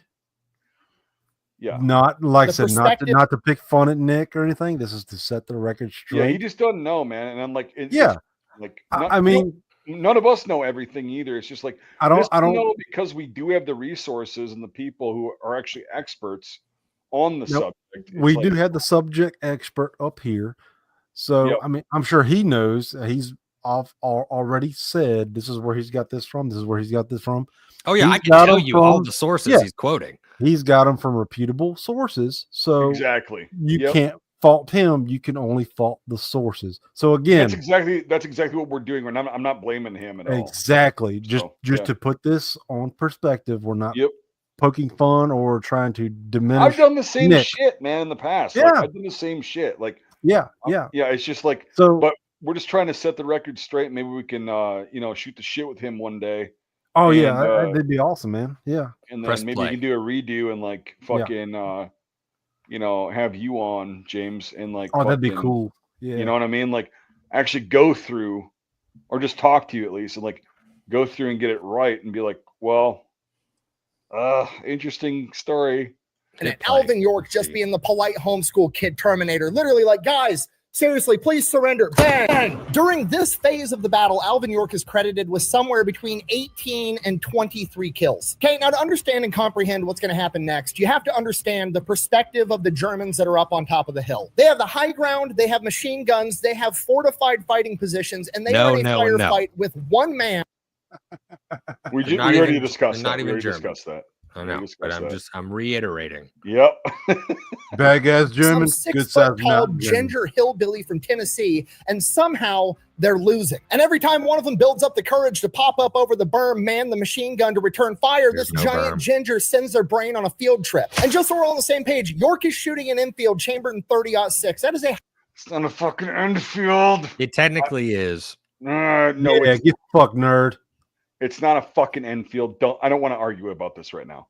High-powered rifle cartridge that is commonly used for hunting elk and moose. This rifle and this round is significantly more powerful and way more scary than the scary AR-15s shooting 5.56 that the Army uses today. To put it into perspective, here's a watermelon getting shot by 5.56 and 30-06 at 16,000 frames per second. Okay, if you're not picking up what I'm putting down, I'm trying to tell you that if you're a German on top of that hill and you've just seen 20 of your buddies get their eyebrows sent into fucking orbit, that's starting to look like not that great of an idea, and you're probably looking for alternatives. Bearing that in mind, the Germans decide they're going to do something that tactically doesn't make a lot of sense. They're going to leave their fortified fighting positions, they're going to abandon the high ground, they're going to grab their rifles, fix bayonets, and they're going to charge this giant red-headed hillbilly and show them what's up. So 12 Germans hop out of their fortified fighting positions with rifles and fixed bayonets and bayonet charge Alvin York, which in hindsight... I was waiting for it. I was waiting for it. Let him get it out. All right, so there is no bayonet charge because they're not charging out of their trench. Now, the closest thing that we have documented German resources on this, as soon as they got into the ravine, they opened fire. In this opening volley, further down the ravine, you have, and I think I have to remember his name. I think it's Lip. But anyway, you have one man he's been checking out the troops. He has about 12 men with him. and he hears the shooting and rushes towards the sound of the shooting, right? Now, this is documented. Now, he rushes and runs in. Now, what do they run into? They run into York and Beardsley's position. And York turns on them and shoots 3 of them, right? We know that. We can agree on this. But it is not a bayonet charge, right? It's not a bayonet charge. There are no fixed bayonets. It is a bunch of men in the thick woods. They hear a battle and they're rushing to see what happens, and they accidentally run into the Americans, right? They then surrender alongside the first group. So the charge, quote unquote, actually happens before those Bavarians on the slope open fire, right? So that not only is this in the wrong position, there is no charge. That comes from the movie, and that comes from the other bullshit sources out there. Does not exist. And in fact, if you read the books, they all quote this one German as the guy who led the charge. That's not fucking true. His body was actually found on the end of the ravine, killed by other Americans. I don't know how they conflated the story, but the story is completely wrong. There is no bayonet charge. It is just about 6 or so German. And he's about to say, I'm going to call it right now. He's about to say that York shot them from back to front like he did when he turkey hunted back in Tennessee. Let's see if he says it. Do you want to do a gentleman's bet of $1? Yeah, go for it. Let's do a gentleman's bet. I don't think he's gonna. I don't think he's gonna say it right now. You're about to lose that bet. Hit it. Shit. We'll do it. We'll do a gentleman's bet of $1, James. All right, let's do it. Was a complete mistake for them, and it worked out for Alvin York because Alvin was actually out of rifle rounds altogether, and he wasn't going to be able to do anything else. But now he's got 12 Germans running at him, so he pops up, grabs his Colt 1911 chambered in 45 ACP. Bear in mind, he's only got 8 rounds and 12 Germans running at him. Alvin York immediately shoots one, drops him. At that point, 4 of the other Germans decide, okay, this is clearly the main character. I'm an anonymous henchman. I'm just going to call it a day. They hop back in the trench. And look at you. You haven't even got a name tag. No trench. You've got no chance. Why don't you just fall down? Go on, son. Has to be absolutely perfect. Now, from the lead German's perspective, the guy that's out in front, obviously, he's the one that's going to get shot first. I mean, right? That's what makes sense. You shoot the closest threat first. That way, nobody comes to get you, right? So, as long as he doesn't get shot, everything's going great. He sees Alvin York fire. The bullet whizzes past him. Alvin York missed, fires again. Another bullet whizzes past him. Again. All of the bullets, all 6 of them go whizzing right past him. He's got 1 bullet left. He gets shot directly in the stomach and drops. Right. But what actually happened, Alvin... Get wrecked, Mike. Pause. 1, Fuck off. 2, Trey. I'm going to tell you right now, this bullshit story of the shooting front to back, that was added in the second book about York after the war. It never existed. In the first article about York, the story is the Germans rushed forward. He shot the first German. He then shot the second German, and the others scattered, right? It's fine. That's the story early on. How you do then it. in 1925, you get what's his nuts who decides, I'm going to write a book about Alvin York. He adds in this bullshit about it being back to front. So either he screwed up the story or he thought it sounded better. That is not in the original report, and that is not in the original story. It is added a decade later. On top of that, York's actual quote is he was really good at shooting from the turkey shoots. He never equated what happened in the ravine to a turkey shoot. Again, complete fabrication. And then on top of that, what he just said, I guarantee you he read Mastriano's book, because Mastriano says that the German who got shot, the officer, was shot in the stomach. Bullshit. That is the officer whose body they found at the end of the ravine, killed by the other Americans, not the guy in the ravine. So that, again, complete fabrication and is completely wrong. Not on Nick, but I know exactly what book he's using, and that book is full of bad research. You shoot the nearest threat. Yeah, it's stupid. And York never said that. In fact, I have an interview from York after the movie came out where they asked him about it, and he's like, yeah, that's not how it happened, but it looks good in the movie. So like, even York admits that never happened, yet it's continued to be the main thing people talk about. Yeah. All right, continue. And you owe me $1. It's been since pretty much the dawn of time. You shoot the nearest threat. Great dollar to American dollar. The nearest threat. It's backed by Northrop Grumman. Yeah, if I got a pistol, I'm going to be shooting the guy that's the closest to me Yeah. because he's the biggest threat. It's that Hit simple. play. Especially I'm gonna with hit the play, nine- James. I'm tired too. Like we'll get through this. especially with the 1911. Alvin York I mean- didn't miss. He didn't miss a single time. Alvin York knew that if he shot the dude in the front, everybody behind him was going to see it, and they were all going to take cover, and he wasn't going to have any ammo. So he decided to take out the Germans the same way that you shoot a flock of geese that are flying, and he took out the geese at the rear of the Oh, not formation this first, fucking working his way to the thing. front so the formation didn't Also scatter. the- He was shooting the man in the back instead of the man Don't in worry the about front that. and dropped We- all pause. 7 Germans. Now, cutting back We, to Alvin we York's also need to mention archaeological evidence also shows that another American was shooting 45. Guess what? It's Percy Beardsley, the guy who's standing right beside York. They both shot their 45s at these men. So it's not all York, right? This is the story like, oh, you're York. Wait. Not true, right? So wait, how do you know it's only one guy? How do we know that it's not Sergeant York, like dual wielding 1911? Well, I'll say because of this, I know all of the 45s that were in the ravine. And after the archaeology was done, Dr. Tom Nolan, who did the archaeology, took them all and had them forensically studied so we can confirm they are different pistols. that Fuck! the 45 comes Right, from. well, that's Right. out then. God So, damn it. boom, we can confirm that without a doubt. Oh, Well, I Trey, mean, he still have two 45s. I mean, he could, just- no, Right, no, sorry. not the amount of like. Yeah. Anyway, Continue. Mhm. okay. perspective during this bayonet charge where he's using bird hunting tactics to kill Nazis. He has bullets whizzing. that's where Whoa! it came from. That's where it came from. That's what I texted y'all. All right. Yeah. Not Nazis. Wait a second. I'm not mishearing shit, right? Charge Yeah. where he's using bird hunting tactics to kill Nazis. He has bullets whizzing past him from Oh my behind him. God. Somebody is shooting That's at what him got me. I was while like, he's shooting dude, these he's better. Germans.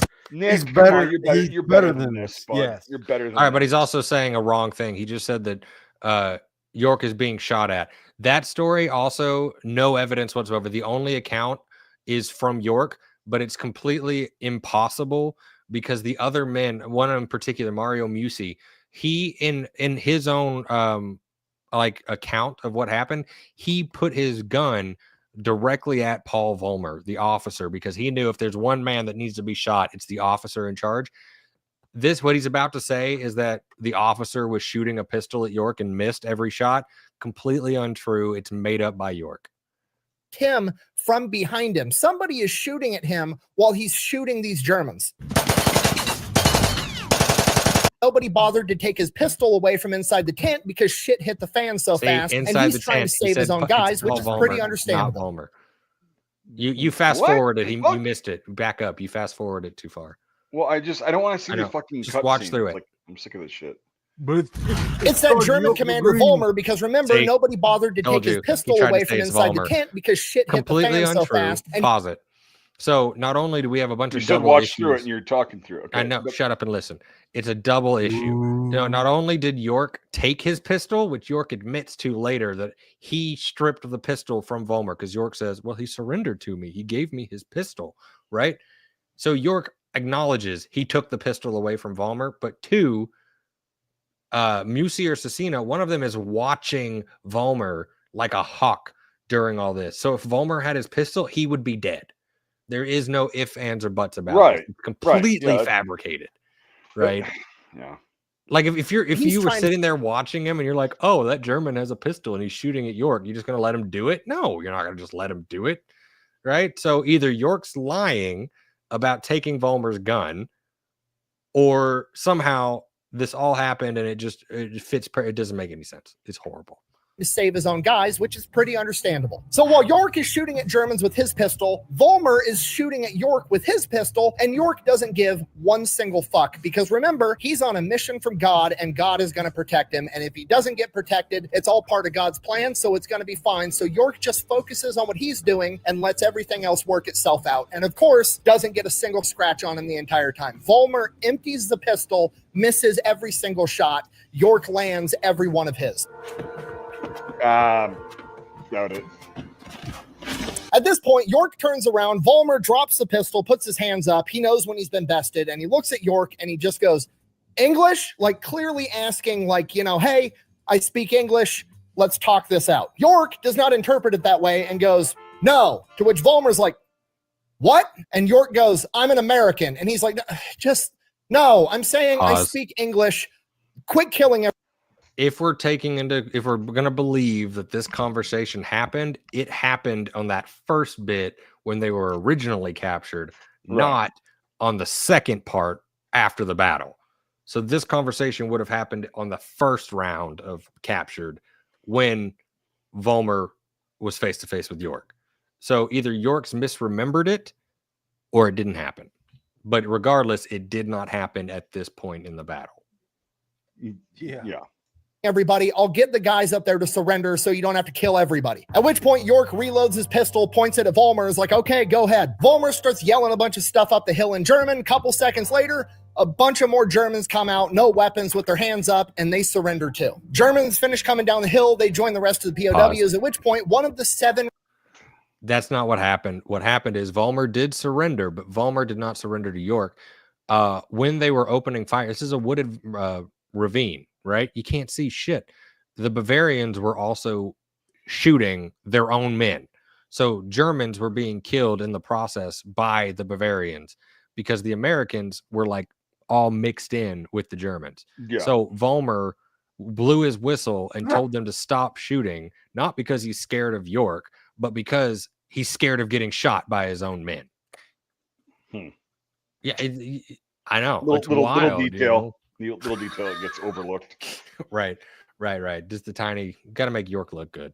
Fucking Christ. Oh wait, remaining privates comes. Do the voice. Do the voice for Pusha right there. I'm the Pusha. I got a Luga. Thank you. All right, continue. Up to York and is like, York, what are we going to do with all these prisoners? We don't have enough men to handle this many guys and get them back behind our lines. Vollmer hears this and he's like, what? I'm sorry. How many men do you guys actually have? And York is like, I've got plenty. Don't worry about it. At this point, York, with Vollmer still at gunpoint, is going to use Vollmer to translate and get everything moving. He's like, all right, get your guys up. Tell them to get in a column. Absolutely not true. Merrithew is in charge at this point. Merrithew orders York to line them up again. The remaining Americans line up. They get Early, who is severely wounded, and they order 4 Germans to carry Early on a stretcher out of the ravine. They line them up. You have all the wounded, and Merrithew orders York to lead the column out. So everything with the Vollmer stuff, that might be very true, but it's not because York decided to do it. It's because Merrithew ordered York to do it. It's fucking interesting. Was the push on that detail? Was he carrying that stretcher? God, talking like a toddler? Should put that out that Pusher doesn't exist. Well, yeah. He's made up to.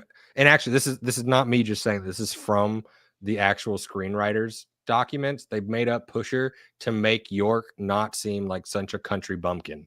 Like Pusher's whole role in the movie is to make York not look so dumb.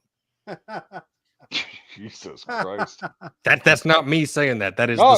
I know. Saying that. It's not you saying that. I get that. It's because the whole thing was like, what does Pusher say? Something about the like subway, and he's like, I don't know what that is, and he's like, you don't know what a subway is?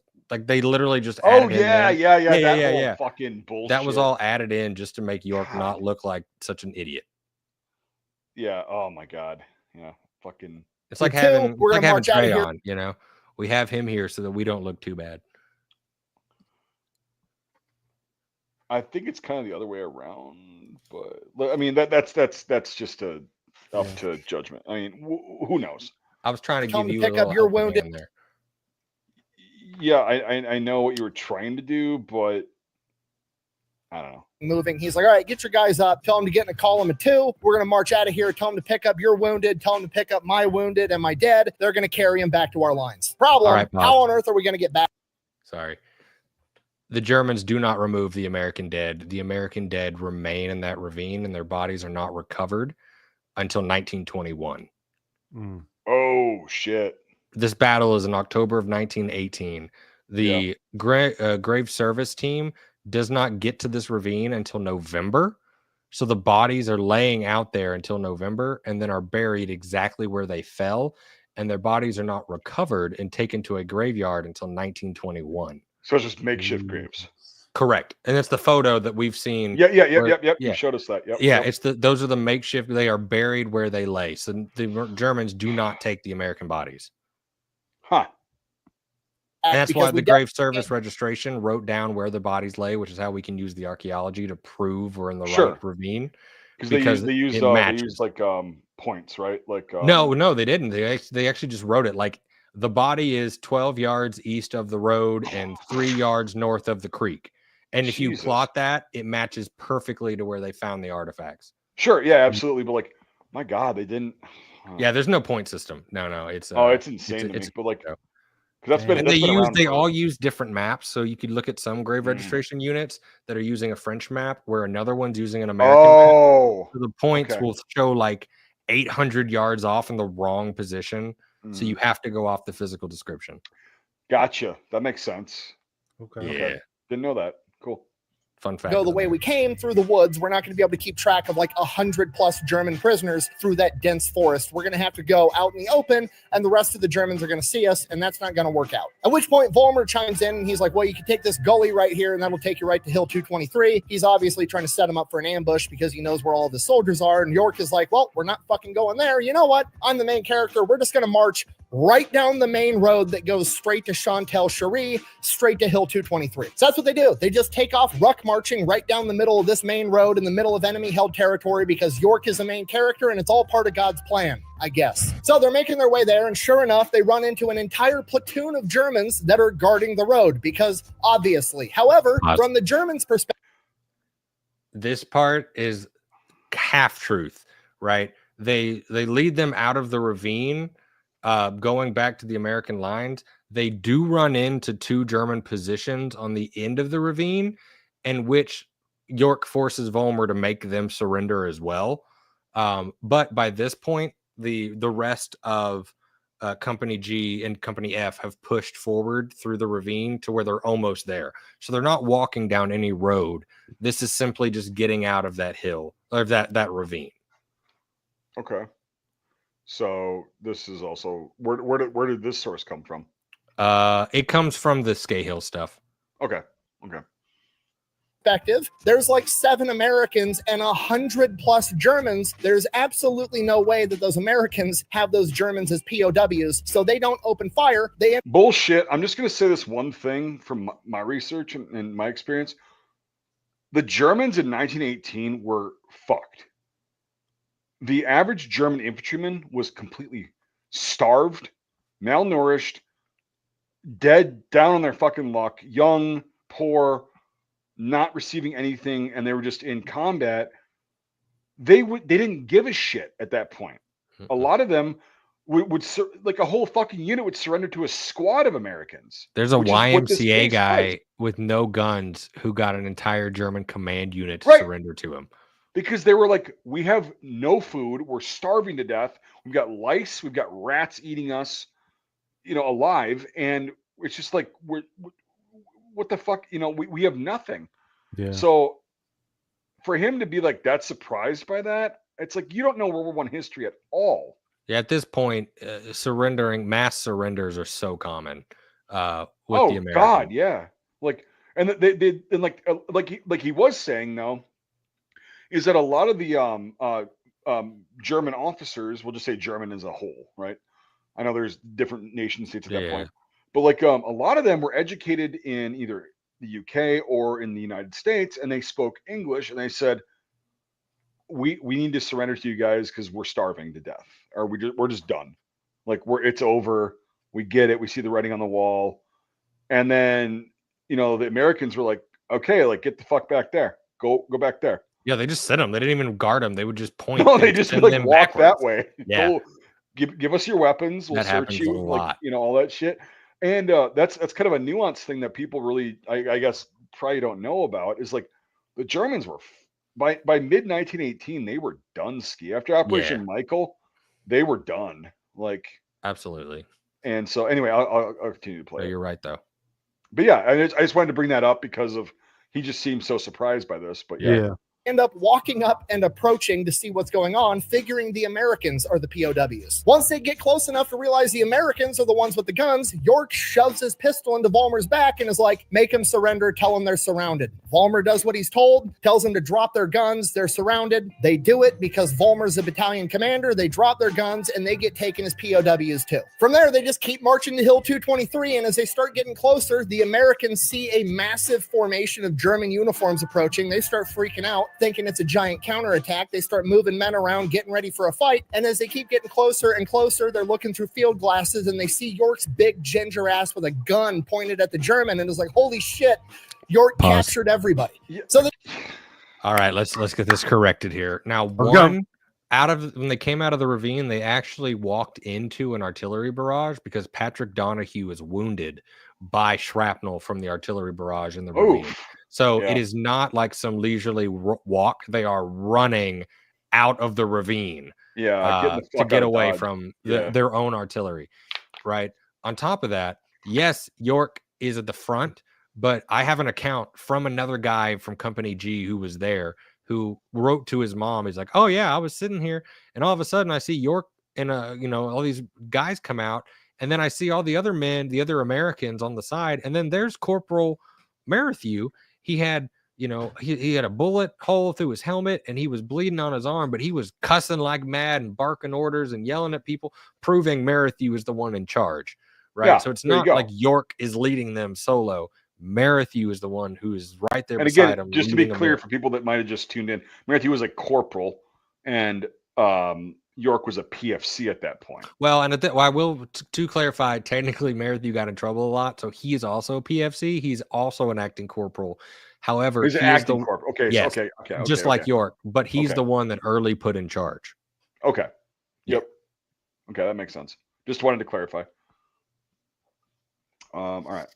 They get to the base of Hill 223. The 82nd commander meets him down there and is like, York, holy shit, how many men did you capture? To which York replies, honestly, I have no idea, sir. And the commander's like, all right, well, you're promoted to sergeant, by the way. Great work. March. I knew you were going to do it. All right. Yep. So we've skipped a lot. Yep. Right. Yep. So when they come out of the ravine, they run into the Americans. They all show up. Merrithew is in charge. Merrithew walks into the tent of Captain Danforth. I'm blanking on the name. Maybe it's Lindsay. Either way, he walks in to tell them that they captured what happened, right? And Merrithew is wounded. Early is severely wounded, right? The two men in charge above York are severely wounded. So Merrithew walks out of his tent and he walks outside to see that York has now been ordered to take their prisoners, 132, and other German prisoners, and ordered to march them all the way to the back of the lines to the POW pins, right? Well, Merrithew, he's wounded, and York is put in charge now of this group walking back. On the walk back, they hit the road where the ambulances are, and Early, Merrithew, Mario Musi, Patrick Donahue, they are all loaded into ambulances and taken to the hospital because they've all been shot, which now leaves Alvin York as the last non-commissioned officer, even an acting one, standing at the very end of the day when they were drop off the prisoners. Yeah, because everyone else got fucked up. Exactly. Yeah. So York is given this credit for capture. Like that's when this whole, how many did you capture? The whole damn German army is like 132, sir. That is after they got back to the American lines with Merrithew in charge. York just happens to be the man standing there to get the receipt, right? That is where he gets the credit. And he's not given he is later promoted to sergeant, but it is not because of this. It's because the 82nd is losing so many non-coms that they're bumping people. So York is given a promotion in November to sergeant, but that is purely because they need sergeants, right? And so, like I said, he never held the rank of corporal. But this is a later. So he went from PFC to corporal. Correct. PFC to sergeant. Yes. Sergeant. Yes. So he but again, it's because the 82nd is losing so many people. And theirs are gone. Right. So the sources conflate all of this and put it into one streamline. It's not true. None of that's how it happened. It just happens that he's the one standing there at the end of the day, so he gets the credit. That's the problem. And that's where this whole thing starts. Correct. Gotcha. Okay. Okay, that makes a lot of sense. He has not been in charge until the last 10 minutes, right? He has not been in charge of the 17 men. He was not in charge of the prisoners in the ravine. He was not in charge of leading them out of the ravine. He was only in charge when they walked into Varennes to drop off the prisoners. After they were all medically escorted. Correct. out. Yep. Yeah. Okay, so and that's the thing is like, because I know a lot of the criticism that comes from your book, and then we'll get back into the video. Your book and your research is that people they accuse you of diminishing York's experience, and it's like, no, he was fucking there. Like, he was there. He partook in that whole thing, right? I mean, I always say York, the other 16, the survivors may not have gotten out of that ravine without York, but York definitely would not have made it out of that ravine without the other men. Well, right. It's a team effort. Right? That's It's the whole a team it's effort. Same thing today. That's the is whole like, thing. With an infantry squad, which that was, you need to have cohesion. You need to work together. Okay, and it's not like you never diminished anything he did. Ever. No, he actively in all of participated. Just our conversations, straight. private or on here or in your book, you've never done that. But people accuse you of going, "Oh, you're diminishing his sacrifice." It's like, no, you never did that. You've never done. You said, yeah, he was there at that battle, and it was a fucked up battle. And here's what happened, versus what other entities said. So anyway, Mhm. I wanted to make that very clear as well for the audience, that you have never ever disparaged or diminished his role in what happened. So Well, he was a ginger, so soul. Well, at least he had fucking hair. Words hurt. Words hurt. So. Dude, I'm losing mine every fucking day. It gets worse. That's why I'm wearing a hat. But no. Anyway, let's continue the video. These guys into Chantal Cherie, and I'll count them off as they march by, I guess. Commander then proceeds to count them off as they march by. York had captured 132 Germans. He's using Mastriano's book. This is a completely fabricated photograph. This is actually taken on September 29th with the 35th Division. This has nothing to do with York. If you read Mastriano's book, he says that is Alvin York back there and that is Paul Vollmer at the front. Absolutely incorrect. This is not a photo of the 82nd. This is not a photo of York and his prisoners. This is a photo of the 35th Division a week and a half prior to October 8th when the battle took place. And yes, we've talked about that before, but yes, absolutely. So York marches his POWs off to Chantal Cherie, and the rest of the 82nd resumes their attack because now the Germans have 35 less machine gun positions, and the ones that do remain don't have a chain of command to be giving them orders. So they overtake the objective, they secure the area fairly easily. York makes it to Chantal Cherie, where battalion headquarters are. Battalion headquarters is like, we don't have the logistics for this many prisoners. March them up to regimental headquarters. Marches them up to regimental headquarters. They can't take that many prisoners either. March them to division headquarters. Marches them all the way to division headquarters. When he gets there, General Lindsay, like the main guy in charge of the 82nd, approaches York and is like, York, I hear you've captured the whole damn German army. To which York replies, just with sheer Forrest Gump levels of modesty, no, sir, I only captured 132. Yes, I know that. From there, he gets some food, finds a cot, lays down, writes in his journal for a little bit because, he's had a pretty eventful day. In his journal, he writes, and I quote, "So you can see here in this case of mine where God helped me out. I'm a witness to the fact that God did help me out of that hard battle. For the bushes were shot up all around me, and I never got a scratch." This was added later. Next morning, York reports back to Captain Danforth, and he requests to take out a small detail to go back to the site of his battle and look for any survivors, because this is utter bullshit. This is from the Scahill book. This does not happen. We can prove it with every government source. This is either a case of misremembering or, which I think it is, because this comes after. So what he's about, I'm going to tell you what he's about to say. He's about to say York went back with his men and found his men covered in snow or whatever and buried them. None of this is true. York does not go back. And like I told you, the bodies remain on the open ground until the Grave Registration Service comes and buries them a month later, right? These men are York. None of this is true. What he's about to say absolutely does not happen. What he's actually about to explain and describe, York says he finds the bodies covered in snow. York does go back in February with the commanding officers during the Medal of Honor investigation. That is what he's remembering. He's misremembering these two events. He does not go back the next day. It's just the type of guy that York is. Captain Danforth not only He's agrees not. to let him do it, but he's like, I'm What? He said that's the guy he is. He's not. That's not the guy he is, because that's his fault. going with you. And he brings some other high-ranking officers with him because they want to hear York explain what the fuck happened. By the time, see, he's misremembering. He's adding in the stuff from February, not October 9th. I remember how many days is that Medal of Honor investigation? 3. Oh, yeah, it's pretty long for a Medal of Honor investigation. Yeah. If you ask me. Yep. Interesting. All right, we'll carry on. they get out there, there's no survivors. All the dead bodies have already been removed. There was never an official. I'm going to pause because I know you're going to say pause. We just covered this. Yeah. Interesting. Body count of how many Germans York killed, but pretty much This is everybody February. agrees it's somewhere between 20 and This is 30 that February. he had killed single-handedly. And again, York that then number takes comes him from Bernard Cox's report from the next day from Company F. Yep. to the patch of grass that was his firing position, and he was in the heat of battle. He wasn't really paying attention to what was going on. It was all part of God's plan. But looking at it in retrospect, everything around the patch of grass that he was on is absolutely shot to shit. Just hundreds of bullet holes all over it. None Not of true at them all. hit Alvin York. He dropped his canteen during that firefight. That canteen was still there, feet Pause. from his position. I know what you're going to I say. had this canteen in my possession. I know exactly what he's about to talk about. So again, he's Show confusing. it. Show it. Proof. He's Proof. confusing.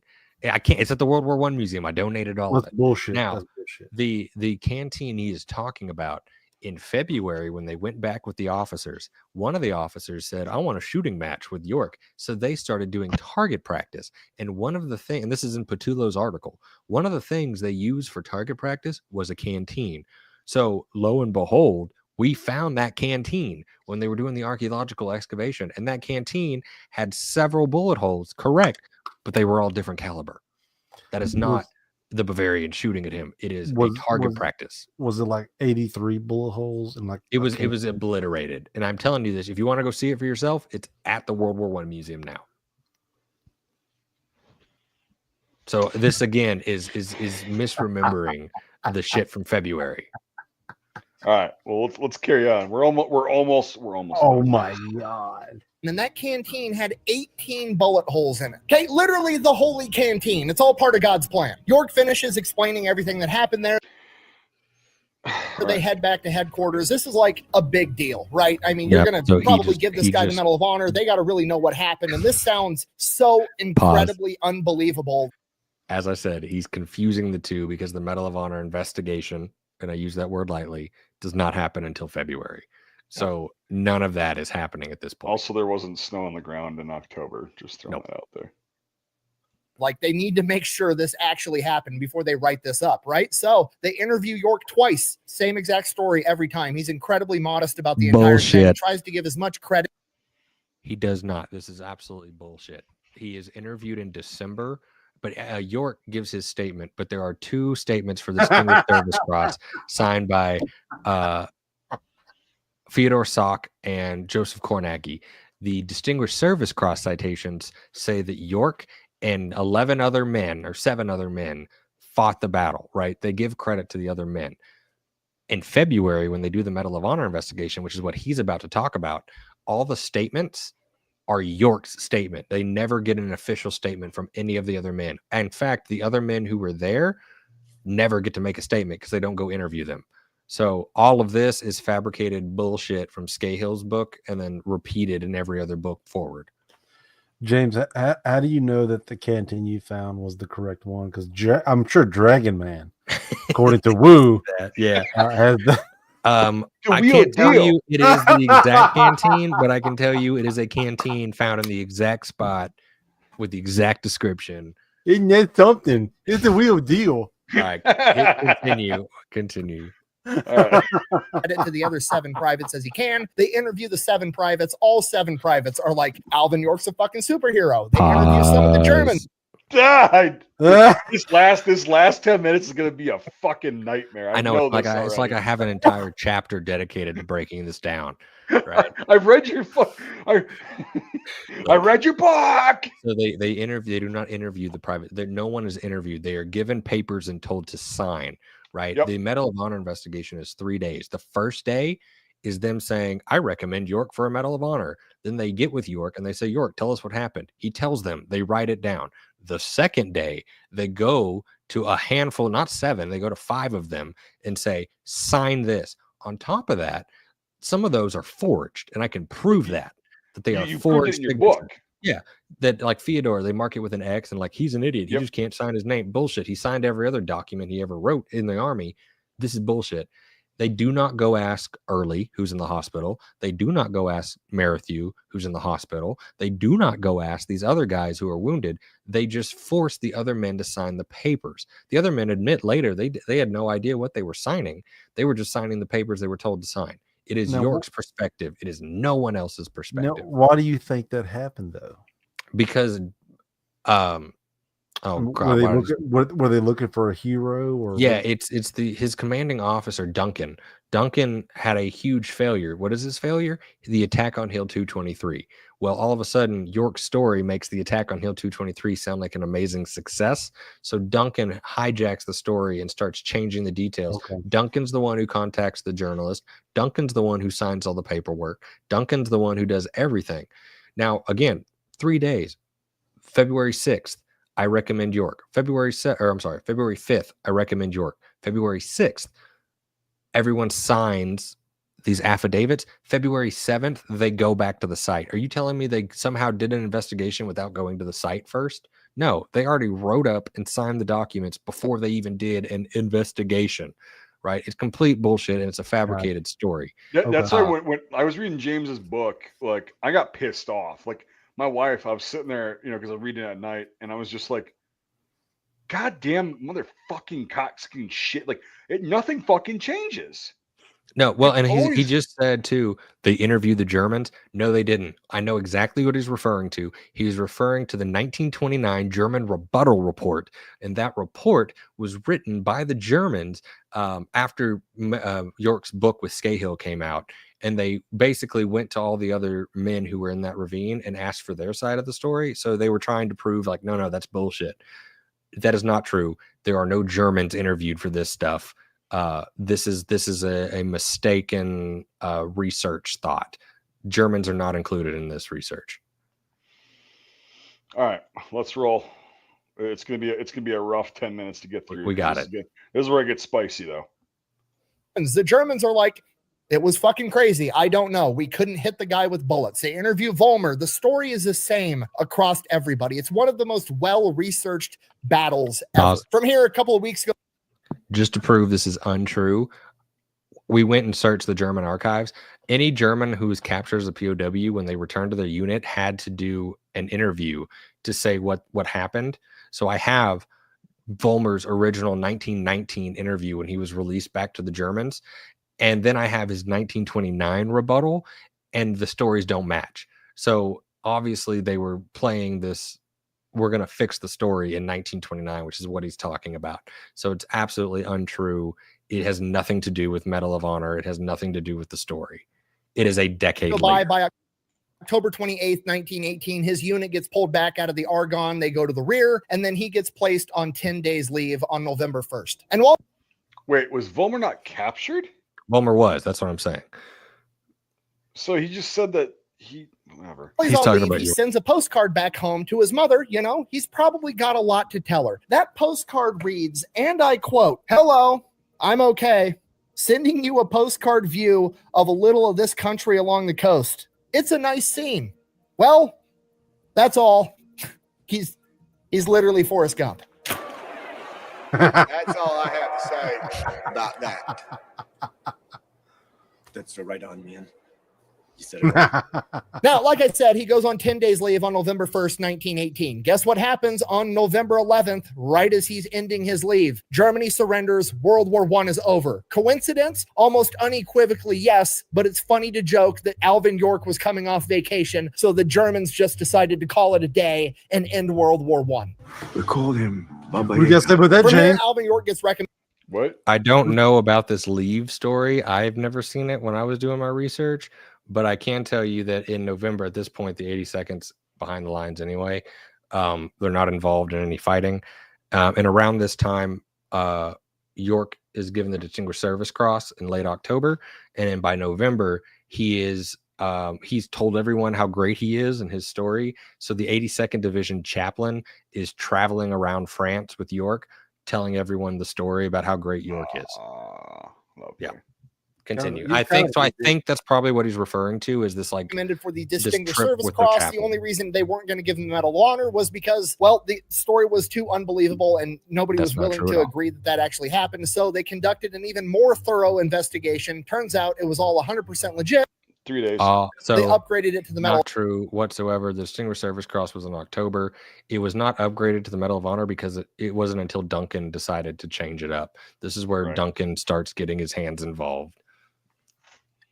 of Honor, he gets awarded the Medal of Honor. From here, they get sent out to some parade field. They're ordered to pick up all the cigarette butts out of this parade field because there's some fancy French general coming in to do some ceremony or something rather. So York and the rest of the guys are out in this parade field for like 2 days, picking up thousands and thousands of cigarette butts. Turns out the French guy that was coming was actually the French guy, Ferdinand Foch, the supreme Allied leader of World War I, and he was actually coming for Alvin York. They have a big ceremony, and Ferdinand Foch awards Alvin York the French Croix de Guerre, essentially the French version of the Medal of Honor. He pins it right next to York's Medal of Honor and says, and I quote, "What you did was the greatest thing ever accomplished by any soldier in any of the armies of Europe." From here, Not York true. gets yanked away. He goes on speaking tours all over France. He does that for a number of months. He's finally Pause. ready to go home, goes So again, all of this is incorrect in the timing.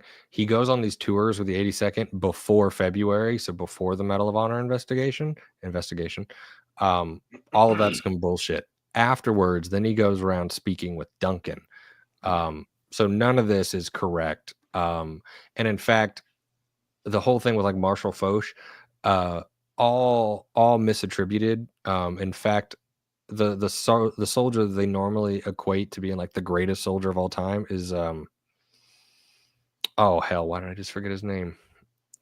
Woodville, Samuel Woodville. Yeah, the one with the face. Yeah.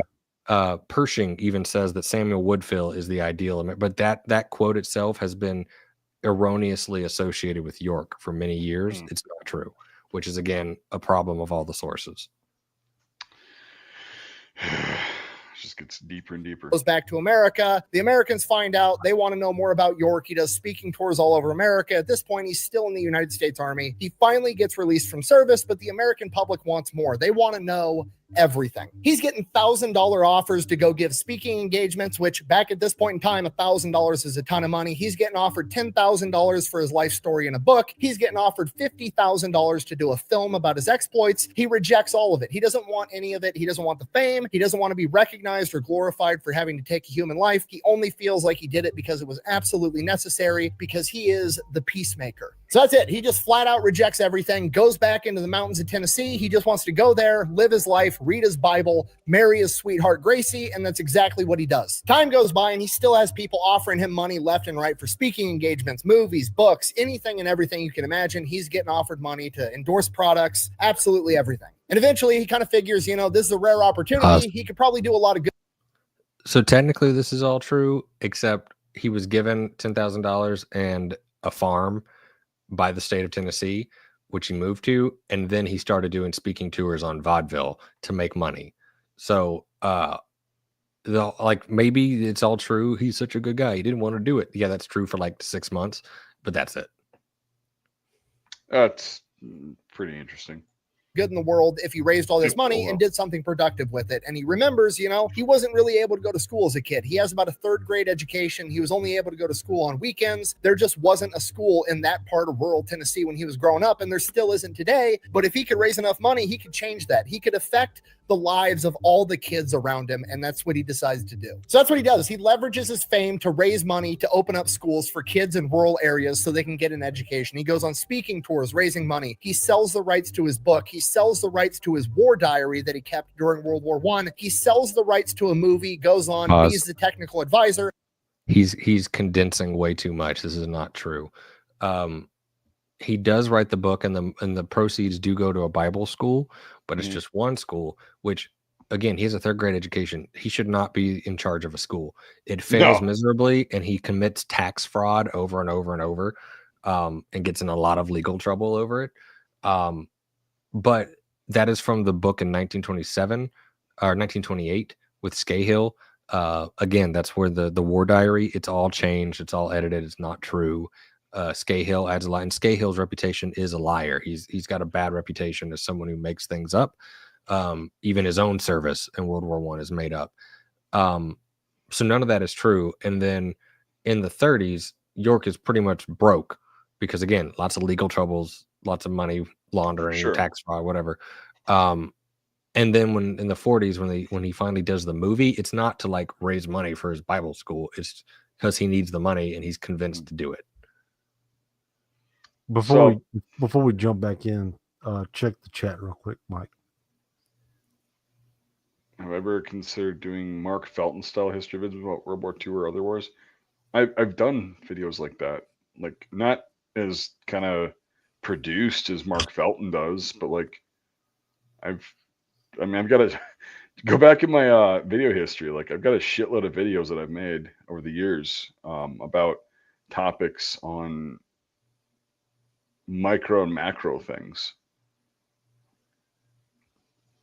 So you're a true hero. Thank you.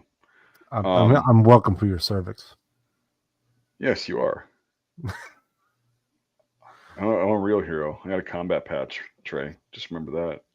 I've got an MP shield. That's whatever. It's cool. Whoa! Shots fired. All right. Love you, buddy. Yeah, love you too, man. All right, let's get back in this. We got 5 minutes to do this. All right, so we're at more like 15, but yeah. He also skips here the fact, like in the middle of all this, is when the War Department has to admit that they lied and hid all the other files and give Early the Distinguished Service Cross, and also that 6 other men were given the Silver Star for their role in the battle, but that's all been skipped here too. Oh yeah, well that's the thing is he hasn't read your book, which I think should change sooner rather than later. Because you're the way you wrote it and presented everything with the evidence, like that's right there. It's like it pissed me off because I'm like, Jesus Christ, like this shit still happens, but this is a huge deal because it's such an iconic, like, piece of Americana basically, and it was used for so many things. But it's like, no, I mean your book is like it just is like fucking here's what happened. It's not biased. It's just like here's what fucking happened, and that's that. And that's why I liked it. But like and all the shit that we're talking about is way more detailed in James's book. And yes, I am fucking pitching for his book because I own a copy and I read it and I was just like, oh my God, that's insane. So just the lies that anyway, let's continue on. Well it seems like it's coming from like 3 different directions. It comes from York, the author, and the government, the military. Yeah, it just gets changed. It's like a bad game of telephone every single time. If you read the book, like here's the thing is the book would take fucking hours to do an audiobook, like on something like this. And I don't want to also give away James's intellectual property like in its entirety because he worked his ass off for it. But like I don't like reading. We'll just put it this way. I don't like reading, but I read that book in 2 nights. Words is hard. Well, no, I don't know. I kind of just stopped reading after the deployment. Like, I don't know why, but like, I just kind of stopped reading. And then, but like, it's like once in a while I'll find a book that's like, it catches my attention and it's like, boom. And I'll just blow through that fucker. Yeah. And this is one of them. And then, another one is, Don Stout's book, I'm Just a Supply Sergeant. James also had a really big part in, and I met Don in person, made the videos, and there's some of them out on the channel, but like no, it's like there's some books that like I just cannot get into, but this one, if you're interested in this topic, like of Alvin York and World War One in general, and just kind of what happened after World War One with politics and bureaucracy and all that shit, it's very well laid out. It's very easy to understand too. It's not like using a shitload of super fancy words that are condescending. It's like, no, here's what happened.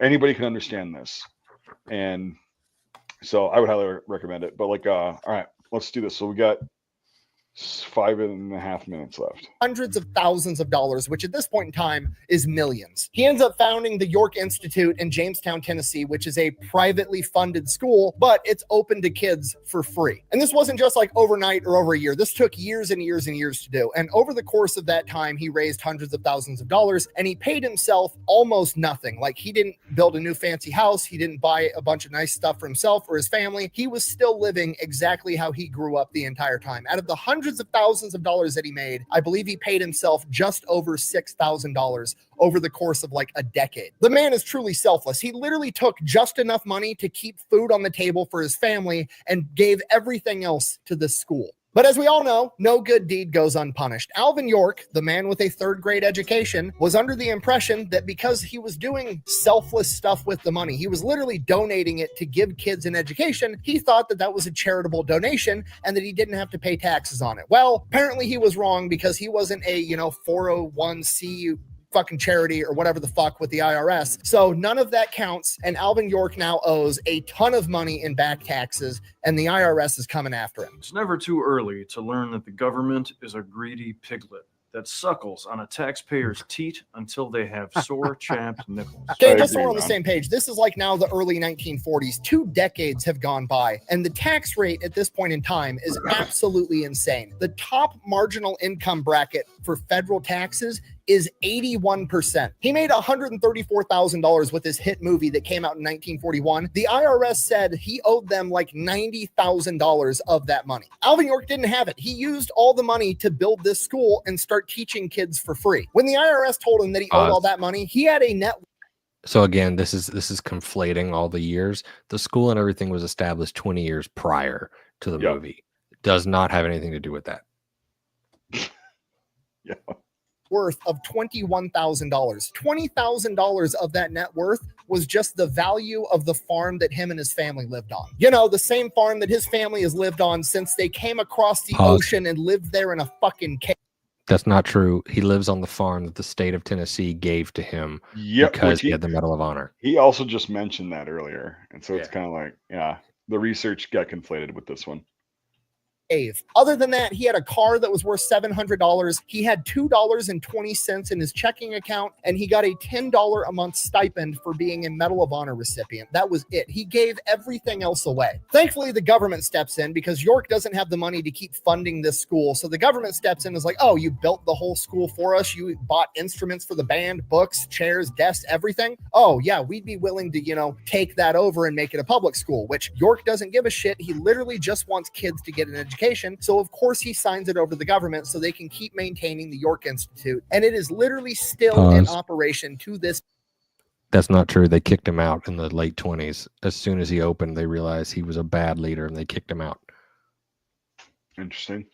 Day, it is a public high school in Jamestown, Tennessee. In addition to that, thanks to a literal act of Congress, they forgive his debt, and he is now debt-free. Now, going back to his movie, came out in 1941, right as America is getting ready to enter World War II. It is a nationwide sensation. He becomes the most popular man in the country all over again. Because of the popularity of this movie, and because of the fact that Alvin York served in the 82nd Infantry Division, the All-American Division, when World War II kicks off and they start reactivating old units, one of the first units to get reactivated is the 82nd Infantry, which becomes the 82nd Airborne, which is still active to this day, and it is one of the most prestigious military units in the United States Army. In addition to that, it inspires tens of thousands of American men to join the military because they want to be a hero too, just like Alvin York. And one of those Americans is Audie Murphy, who would go on to become the most decorated war hero of World War II. Alvin York would go on to pass away at the age of 76, but his legacy lives on both in the school that he helped found and the 82nd Airborne Division. And that time, the Army tried to name a god-awful tank after him. Seriously, can we name something else awesome after this guy? Like the next sniper rifle, call it the York Peacemaker. That's a dope name. He deserves it. Let's do that. This man accomplished incredible and unbelievable things, both on and off the battlefield. And then afterwards, he went on to live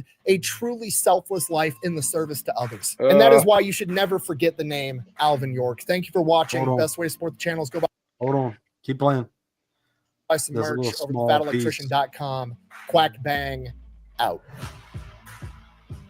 There's a small piece after this. My favorite thing about the Sergeant York movie was he was the technical advisor. Like he signed off on absolutely everything. In No, the he movie. was not. Tried to have the other men.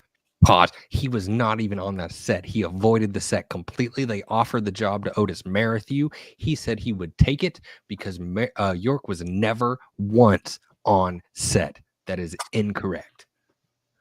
And that comes straight from the producers of the movie. Men represented. He tried to keep it as accurate as possible. But there was one thing he didn't sign off on. And I don't even know if he knew they did it because they made it seem like Alvin York kissed Gracie before he went off to war. Both Alvin, his wife, and all of their kids after the fact, whenever this gets brought up or whenever they're interviewed about it, they are adamant and make sure they point out that never happened. Gracie York is not some hussy that would kiss before their marriage. Their first kiss was on their wedding day. This is And actually true. I don't know. I think that's just like funny and cute. That part is true. Anyways, But see you guys later. York was not the technical advisor. He never stepped foot on set.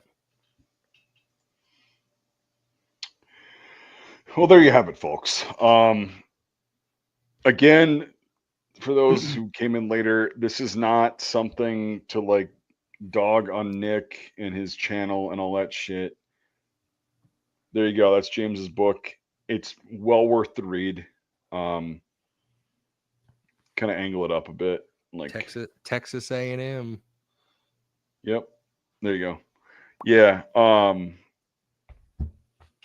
It's a really good read and it's very informative. And all this shit that we're talking about tonight makes a lot more sense. Because here's the thing is like, so what Nick just did is like he did what I've done, and I'm guilty of it too, is I just regurgitate shit that I read without really checking it. And I don't fault people for it. I'll call them out like we're doing right now, because it's like, I don't think that video was one of his best works. Nick's best works. It's well researched. It's just unfortunate that the research used is faulty. That's what I mean. It's not up to he wouldn't know that unless he's read my book. I've done it too, man. And it's like, dude, I always thought that I always believed the whole thing about York because it was just kind of the understood thing, right? Yeah. And then I was talking to you, I got to know you, and then I read your book, and you know, we hung out and shit and talked about that. And I'm like, oh damn. Like, I mean, it's everywhere. Even the Civil War today. More information is still coming forward. Right. So, and it's just like what we've been led to believe, you know, through the years is like, it's not necessarily always like what actually went down. And the point of a historian, in my opinion, is to get as close to the truth of what happened about whatever the fuck you research. I don't give a shit if you're researching food and what people ate back in these days and how they prepared it and whatever. I don't care about the economics. You know, it's like whatever you want to research, if you specialize in that, as long as you can back it up. And that's the thing with James is like, I noticed he can back every fucking question I have about the York story. Everything is backed up with physical evidence, and it's just easy. It's like he's got his receipts. And with any topic you do, James, I'm not trying to suck your dick. I'm just telling people, like, it's like I like that about you because you and I have had conversations where you like illuminated some shit about not just the York thing, but like other things. And I'm like, oh damn, I didn't even think about that. And then you provide receipts, and I'm like, oh shit, man, okay, cool. You know? What's that KGB proverb? Trust but verify. Well, I don't think any work is good enough if you can't verify your sources. And like I said, listening to him, I can tell you exactly what sources he's using. Well, and that's why Right. I'm glad we did this, And, because and it's like, that's what I love about Yep. we didn't discuss this before. I brought it up. I posted it in the group, but you didn't watch it. Neither did Mike. But you beforehand on multiple occasions, like he's about to say this, yep. and I can tell you where he got it from. I'm like, Well, with my limited knowledge of this, just talking to James the past few years, like I was like, there's a couple times too where I was like, I clicked pause as he was saying pause. I'm like, I Yep. know you're gonna fucking pause here. yeah, I know Yeah. that. It's Because- the issue is the sources. It's like I get it. Yeah. You trust sources, but the way that I had to do this was I had to go from the beginning. What's the very first story, right? And then go from there. And if you do that and you look at all of them, you can start to see how things change over time. So it's like, Yeah. I know you had to look at this book because before 1925, that little piece is not in the story. That was added by this author, Cohen. He added the turkey shoot, right? It's one of those things that once you see the trends, you can do it, but no one does that. No one's going to go read every single book written about York and tell you the differences, right? I did it because I had to find out what everyone was saying, but that's why there's a whole chapter in my book dedicated to this author said this, and this is why he's wrong, and this author said this, and this is why he's wrong. And again, you just showed the receipts, you show the documents. That's Yeah, and that's that's it. it. That's Like, what's required. and you And I show 'em in don't your book. blame people like this. It's not their fault. Me either. It's the fault of the historians, if you want to call them that, they're pushing this that narrative. come beforehand. It's their fault for not doing a good job. And it's just myth is created in the public conception. Yeah. And it's hard to get rid of it. And I get it. It's a great story. But I've argued this from the very beginning.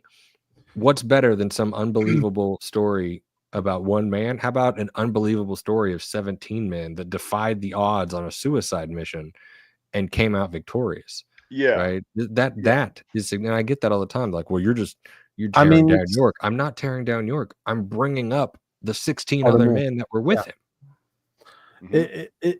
It goes with everything in this genre. Like I've beat this till it's fucking dead and bones as a horse.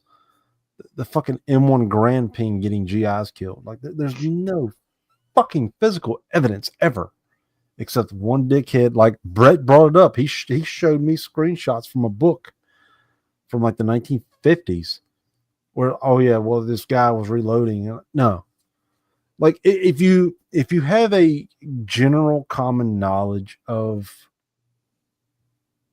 anything, tinnitus, combat casualties, etc. Yep. So let's just put it in perspective of Normandy. You're a German Fallschirmjäger fighting the 29th, because that's my forte. You've been fucking obliterated by naval and artillery guns for the past several hours. You're going to hear a goddamn metallic ping from like 75 yards away after you've cracked off a few 8mm rounds, or MG42 next to you's gone off. Give me a fucking break. No. Yeah. So like I said, every event or every display I do and I hear that shit, I'm like, I'm going to squash that right fucking now. It's done. Like, no. And I do respectfully, I'm like, no, you're a fucking idiot. And I'm like, well, there's been evidence. There's a whole video of a guy in Europe who's done it. Like, he's in a range firing, and he has his buddy outside of the firing range waiting to hear it, and then he's going to rush him with a knife or something like a rubber knife. But I'm like, no. That shit, we're going to squash that because it's bullshit. Because you'll get guys like, oh, my great uncle said that. No. He was probably a goddamn cook or a truck driver who was issued an M1 carbine. No. We're squashing that right here, right now. We're not doing right. And that's the thing, is the receipts are in like the like James is very thorough about like, don't want to use the tism term, but like Yeah. Don't want to use that, loosely, but like, it's like, dude, everything that, is written down by him is like, well, here's the proof. And then nobody can say shit. Because it's like, no, here it is. Here are the receipts. And then also, he also has the archaeological evidence. Yes. That is the defining factor. Well, dude, Trey, did I tell you, or did Nate tell you that, like, when we were down in Ohio, Nate brought his Smith & Wesson 1917. I brought my Colt, and I had never seen a Smith before. And James was like, "Oh yeah, well, here's why this got smaller and all that stuff." And I was like, "Oh man, the Colt's huge." And we went through this whole thing of like, I learned so much on that day. I'm like, holy shit! Like, I remember hearing a snippet of it. Yeah. Yeah. Yeah. Because we had him on the table, and James was sitting at the table. He was doing something, and then like Nate put his Smith, and then I put my Colt on the table, and James was like, and I went, "Wait a second, why the fuck is that so much smaller?" And then James explained, and then he also explained the different units that got them, and because part of James's research on this topic was that the 82nd carried Smiths because they were a later unit, they were a National Army unit. Okay. And my unit, the 32nd, was a National Guard unit, so we were earlier and we got Colts. Okay. And so the Colts were bigger, just in a nutshell. And I'm not going to go into the nitty gritty thing. Huge. So in a nutshell, like they were too big, and like the guys just didn't like them because they were too heavy and all that shit. It was just kind of overkill for a revolver. So then Smith came out with this new design to make them smaller, more compact, but still use the half moon clips, same caliber, 45 ACP and all that shit. And it was all interchangeable and all that stuff, like with the ammunition as far as we're talking about. But but they were smaller and they were lighter. And then those subsequent units were issued the Smith in mass. Okay. And the Smith had a right hand twist, whereas the Colt had a left hand twist. Huh. And so when James was doing the archaeological evidence for this battle that took place,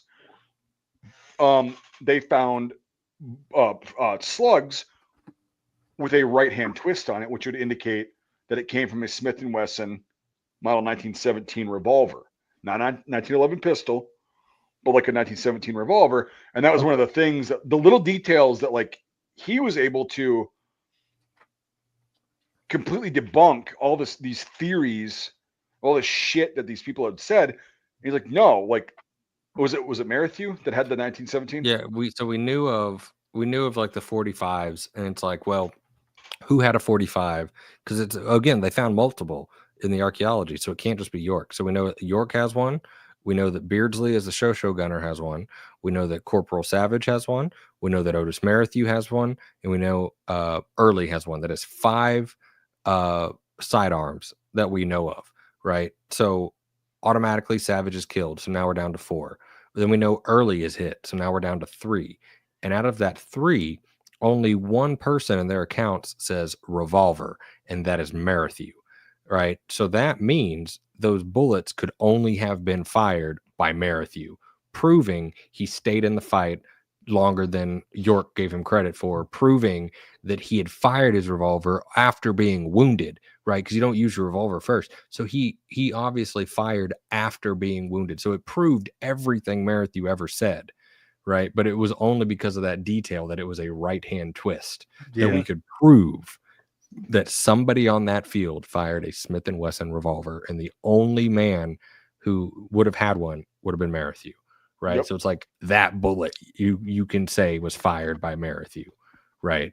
So it's one of those things that the little details matter in this story. And I didn't even go into the archaeology. If you want to go into the archaeology, Michael, why am I blanking on his name? There's a whole book about it called Finding Sergeant York's Battlefield, which is the entire story of Dr. Tom Nolan's research and the archaeology about this, right? There's a whole book on that. So if people want to do that, you can go deeper in it. But like the fact that no one goes that far when writing about this or doing a video about it is the issue. Well, isn't that how you found out that? Isn't that how you found out the 800-yard discrepancy? Yeah, because Michael Nolan's team, Tom Nolan's team, proved it. I mean, they proved without a doubt that they have the right site, 800 yards south of the trail that was set up by Mastriano, right? Nolan's team confirmed it with the grave registration records, with the archaeology. Everything proves they're right. But no one takes that into consideration when they're writing, because they go for what's easiest, and that's Mastriano's stuff is right there, and it's simple and easy to pull up, but it's wrong. It's incorrect. And that's the whole point of this whole stream is like, finding correct sources is really a bitch. It really is. You can take the easy route, which is right there, right in front of you. But with a lot of these niche subjects and like, you know, events and whatever, and all the research that's been done on it and all the books that have been written, et cetera, all the evidence that's out there, it's really hard if you're like kind of not really getting deep into a subject. It's really easy to just go, oh, this is the surface level shit that like is out there, and so I'm just gonna use that instead of like going deeper. And you know, there are resources out there for a lot of these things. There are like good historical works from people who have done the work, right? It's just they're not promoted as much for whatever reason. I don't fucking know. Maybe someday that'll change, hopefully. But like, yeah, it's just, you know, your book changed my whole mind on that whole. It's not just about the battle itself, like that's one thing, but it changed my view on like how the shit afterwards happens, and how they use that, the government uses, or certain people, not necessarily the government, but like certain people will use what happened and they'll bloviate it and they'll exaggerate it and they'll just use it to get themselves higher up.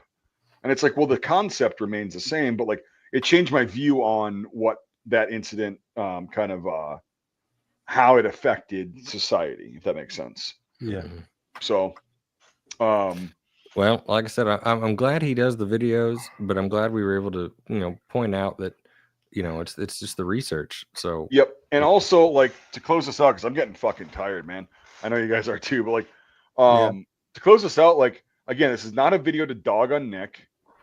I don't blame him. I like his content. I watch his shit. I find it fucking awesome and hilarious. Oh yeah. You know, I don't, you know, it's not about dogging on him. It's just kind of pointing out, like we were just talking about, like, what sources are you using for these topics and all that stuff. And that's the biggest thing I've found lately is a lot of more reputable authors at the end of their book are putting where they got it. So it's kind of like, if my stuff is wrong, this is where I got it from. Take it up with them. Right. Well, and that should be, I mean, looking at my book, right? I think you edited it. Didn't you edit? Were you the one that edited your some of your works? I don't remember which one it was. Yeah. I had to re-edit some of the stuff. Yeah. But like I mean, I've got hundreds of notes, right? Every good historian should be doing it. And personally, I feel like anyone that does a YouTube video should have a bibliography, right? It saves you. It would help. Yep. You know, but it's the whole point. And I have a whole chapter in my book dedicated to talking about every other thing that's ever been published about York and why it's wrong. You know, chapter 8, perpetuation. It's all about the myth being perpetuated and why it happened. Right. That's an important thing to consider. So, like I said, I love the content. It's just nice to bring these myths need to be addressed. Correct. And that's the thing is, so, you know, Nick always has an open invitation. I know I'm pretty small time, but like, if he wants to come on and you know, talk shop about that subject in particular, or any other subject that we're knowledgeable about, absolutely open invitation. This is not an ill will video. I'm not doing the Facebook, or I'm sorry, the YouTube drama shit. I just wanted to point out to people that I think we would really nerd out. Like if we could just hit the ground running and just really have a great time. That would be we have a good we have like a good circle of nerds that are like we specialize in different shit. I mean, anytime any of us, me, James, you, Mike, or him. I mean, I don't know him personally. I've only met him one time. Yeah. But anytime somebody's like hits that fucking spark plug of just like, that's my tism. Yep. We go. Like James with Sergeant York. Me, anything this, well, mine's all over the place. Like I was with one of my partners the other day. He's like, oh, flamethrower. And I was like, what do you mean? He's like, oh, the flamethrower tank. And I was like, keep going deeper. And he's like, oh, the Sherman. I was like, well, what do you mean? Keep going deeper, because there's only 2 in the ETO. PTO, there's more, but I was like, keep going on. But Mike B, Vietnam, World War One, it's a straight rabbit hole. And I mean, like I said, if he could come on, that would be amazing. Yeah, to kind of address that, because this video, I think honestly, I think he fucked up on this one. I'll just be straight up. Like, I think he fucked up on the research. Because, not any malice. No. What I just said earlier is, like, I think he fucked up on his research, and it's not his fault. It's the fault of the people who he got that info from. Yes, but I think he did fuck up on this one. But it would be cool to have at least James and him on. Yeah, regardless of you or me or whatever, but just him and James would be like, so this is the information I have, and not to be like, hey man, take your video down because it's wrong. Just to nerd I out. To leave it up. I don't want him to fucking delete it just to nerd out and be like, well, this is the information I have, and just the rebuttal back and forth. Like, that's pretty cool. Like, I've got this, because I mean, as we know, James is the subject matter expert on this. He's written a book. He's done the research. He's a doctor. I mean, that'd be cool to, just nerd out and and it's just fine over certain things. Here's the thing: is I want people to make, because like Nick makes really good content. I want it to get better. Yeah, I want it to get better. Yeah, if I can help out in any way, shape, or form, and it's like I just want it to get better. So anyway, all right, fucking, I'm pretty much tapped out. I'm fucking. I don't blame exhausted. you. Yeah. So cool. What the hell is the keyword going to be for people watching ex post facto? York. All right, York. That's the keyword. If you're watching, you watch this whole damn thing after the fact, and then type in the comments. But everybody, thanks for watching. We actually had a decent amount of viewers, but like it's I think I just needed to happen. Like, it was just one of those things where I'm like, it was kind of my doing. Just, I mean, I'm a huge fanboy of him, and I'm like, oh yeah, I know James wrote the book. He did a video. He has a little presentation on it, or a big presentation on Sergeant York. I was like, I want to see what he thinks of this. Like, because me myself, I am not a World War One specialist. I mainly physically do Civil War and World War II. I was like, I want to throw this out to James, see what he thinks. Because I mean, he wrote a whole book on it. He did a presentation on it. Deep dived on it. So I was like, I just kind of want to nerd out and see what James thinks, and send it to the group chat with Mike and James and quite a few other guys. And I was like, I just want to see what. Yeah, it was good. I think it was a really good. I think it was a really good educational thing, because it was like, again, we're not ragging on the guy. No, not at all. Abundantly fucking clear. So, like I said, anyway. At the end of the day, we just want to set the record straight. Yes. James has more recent correct information, and we want to push that out to more people. So if you would send out, if you could link his presentation. I'll throw it. Well, I'll try to find that link for that presentation that you did. Link that, because that's a really good presentation video. And then his book, I'll put James, can you send me the Amazon link really quick? Yeah. So I'll throw that in the description. But I mean, like I said, just trying to decipher this out to as many people as possible. That's awesome.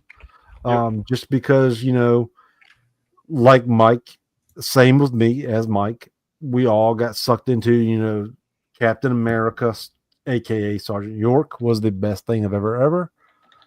We just want, not, like I said, not to diminish Sergeant York or we're not doing any of that. PFC's York's service. Just want to set the record straight. There's 16 other gentlemen on the field who fought, bled, and died for the equal amount of work. Yeah. They deserve as much attention as he has. Yeah, agreed. Yeah. All right, like dude. You, All right. you're only as strong as your weakest link. and Let's wrap were this there. bitch up. I'm fucking fading here quick. I'm getting fucking tired, man. Sissy. So yeah, I am. But all right, everybody, thanks for watching so much, and we'll see you on the next stream. Appreciate it.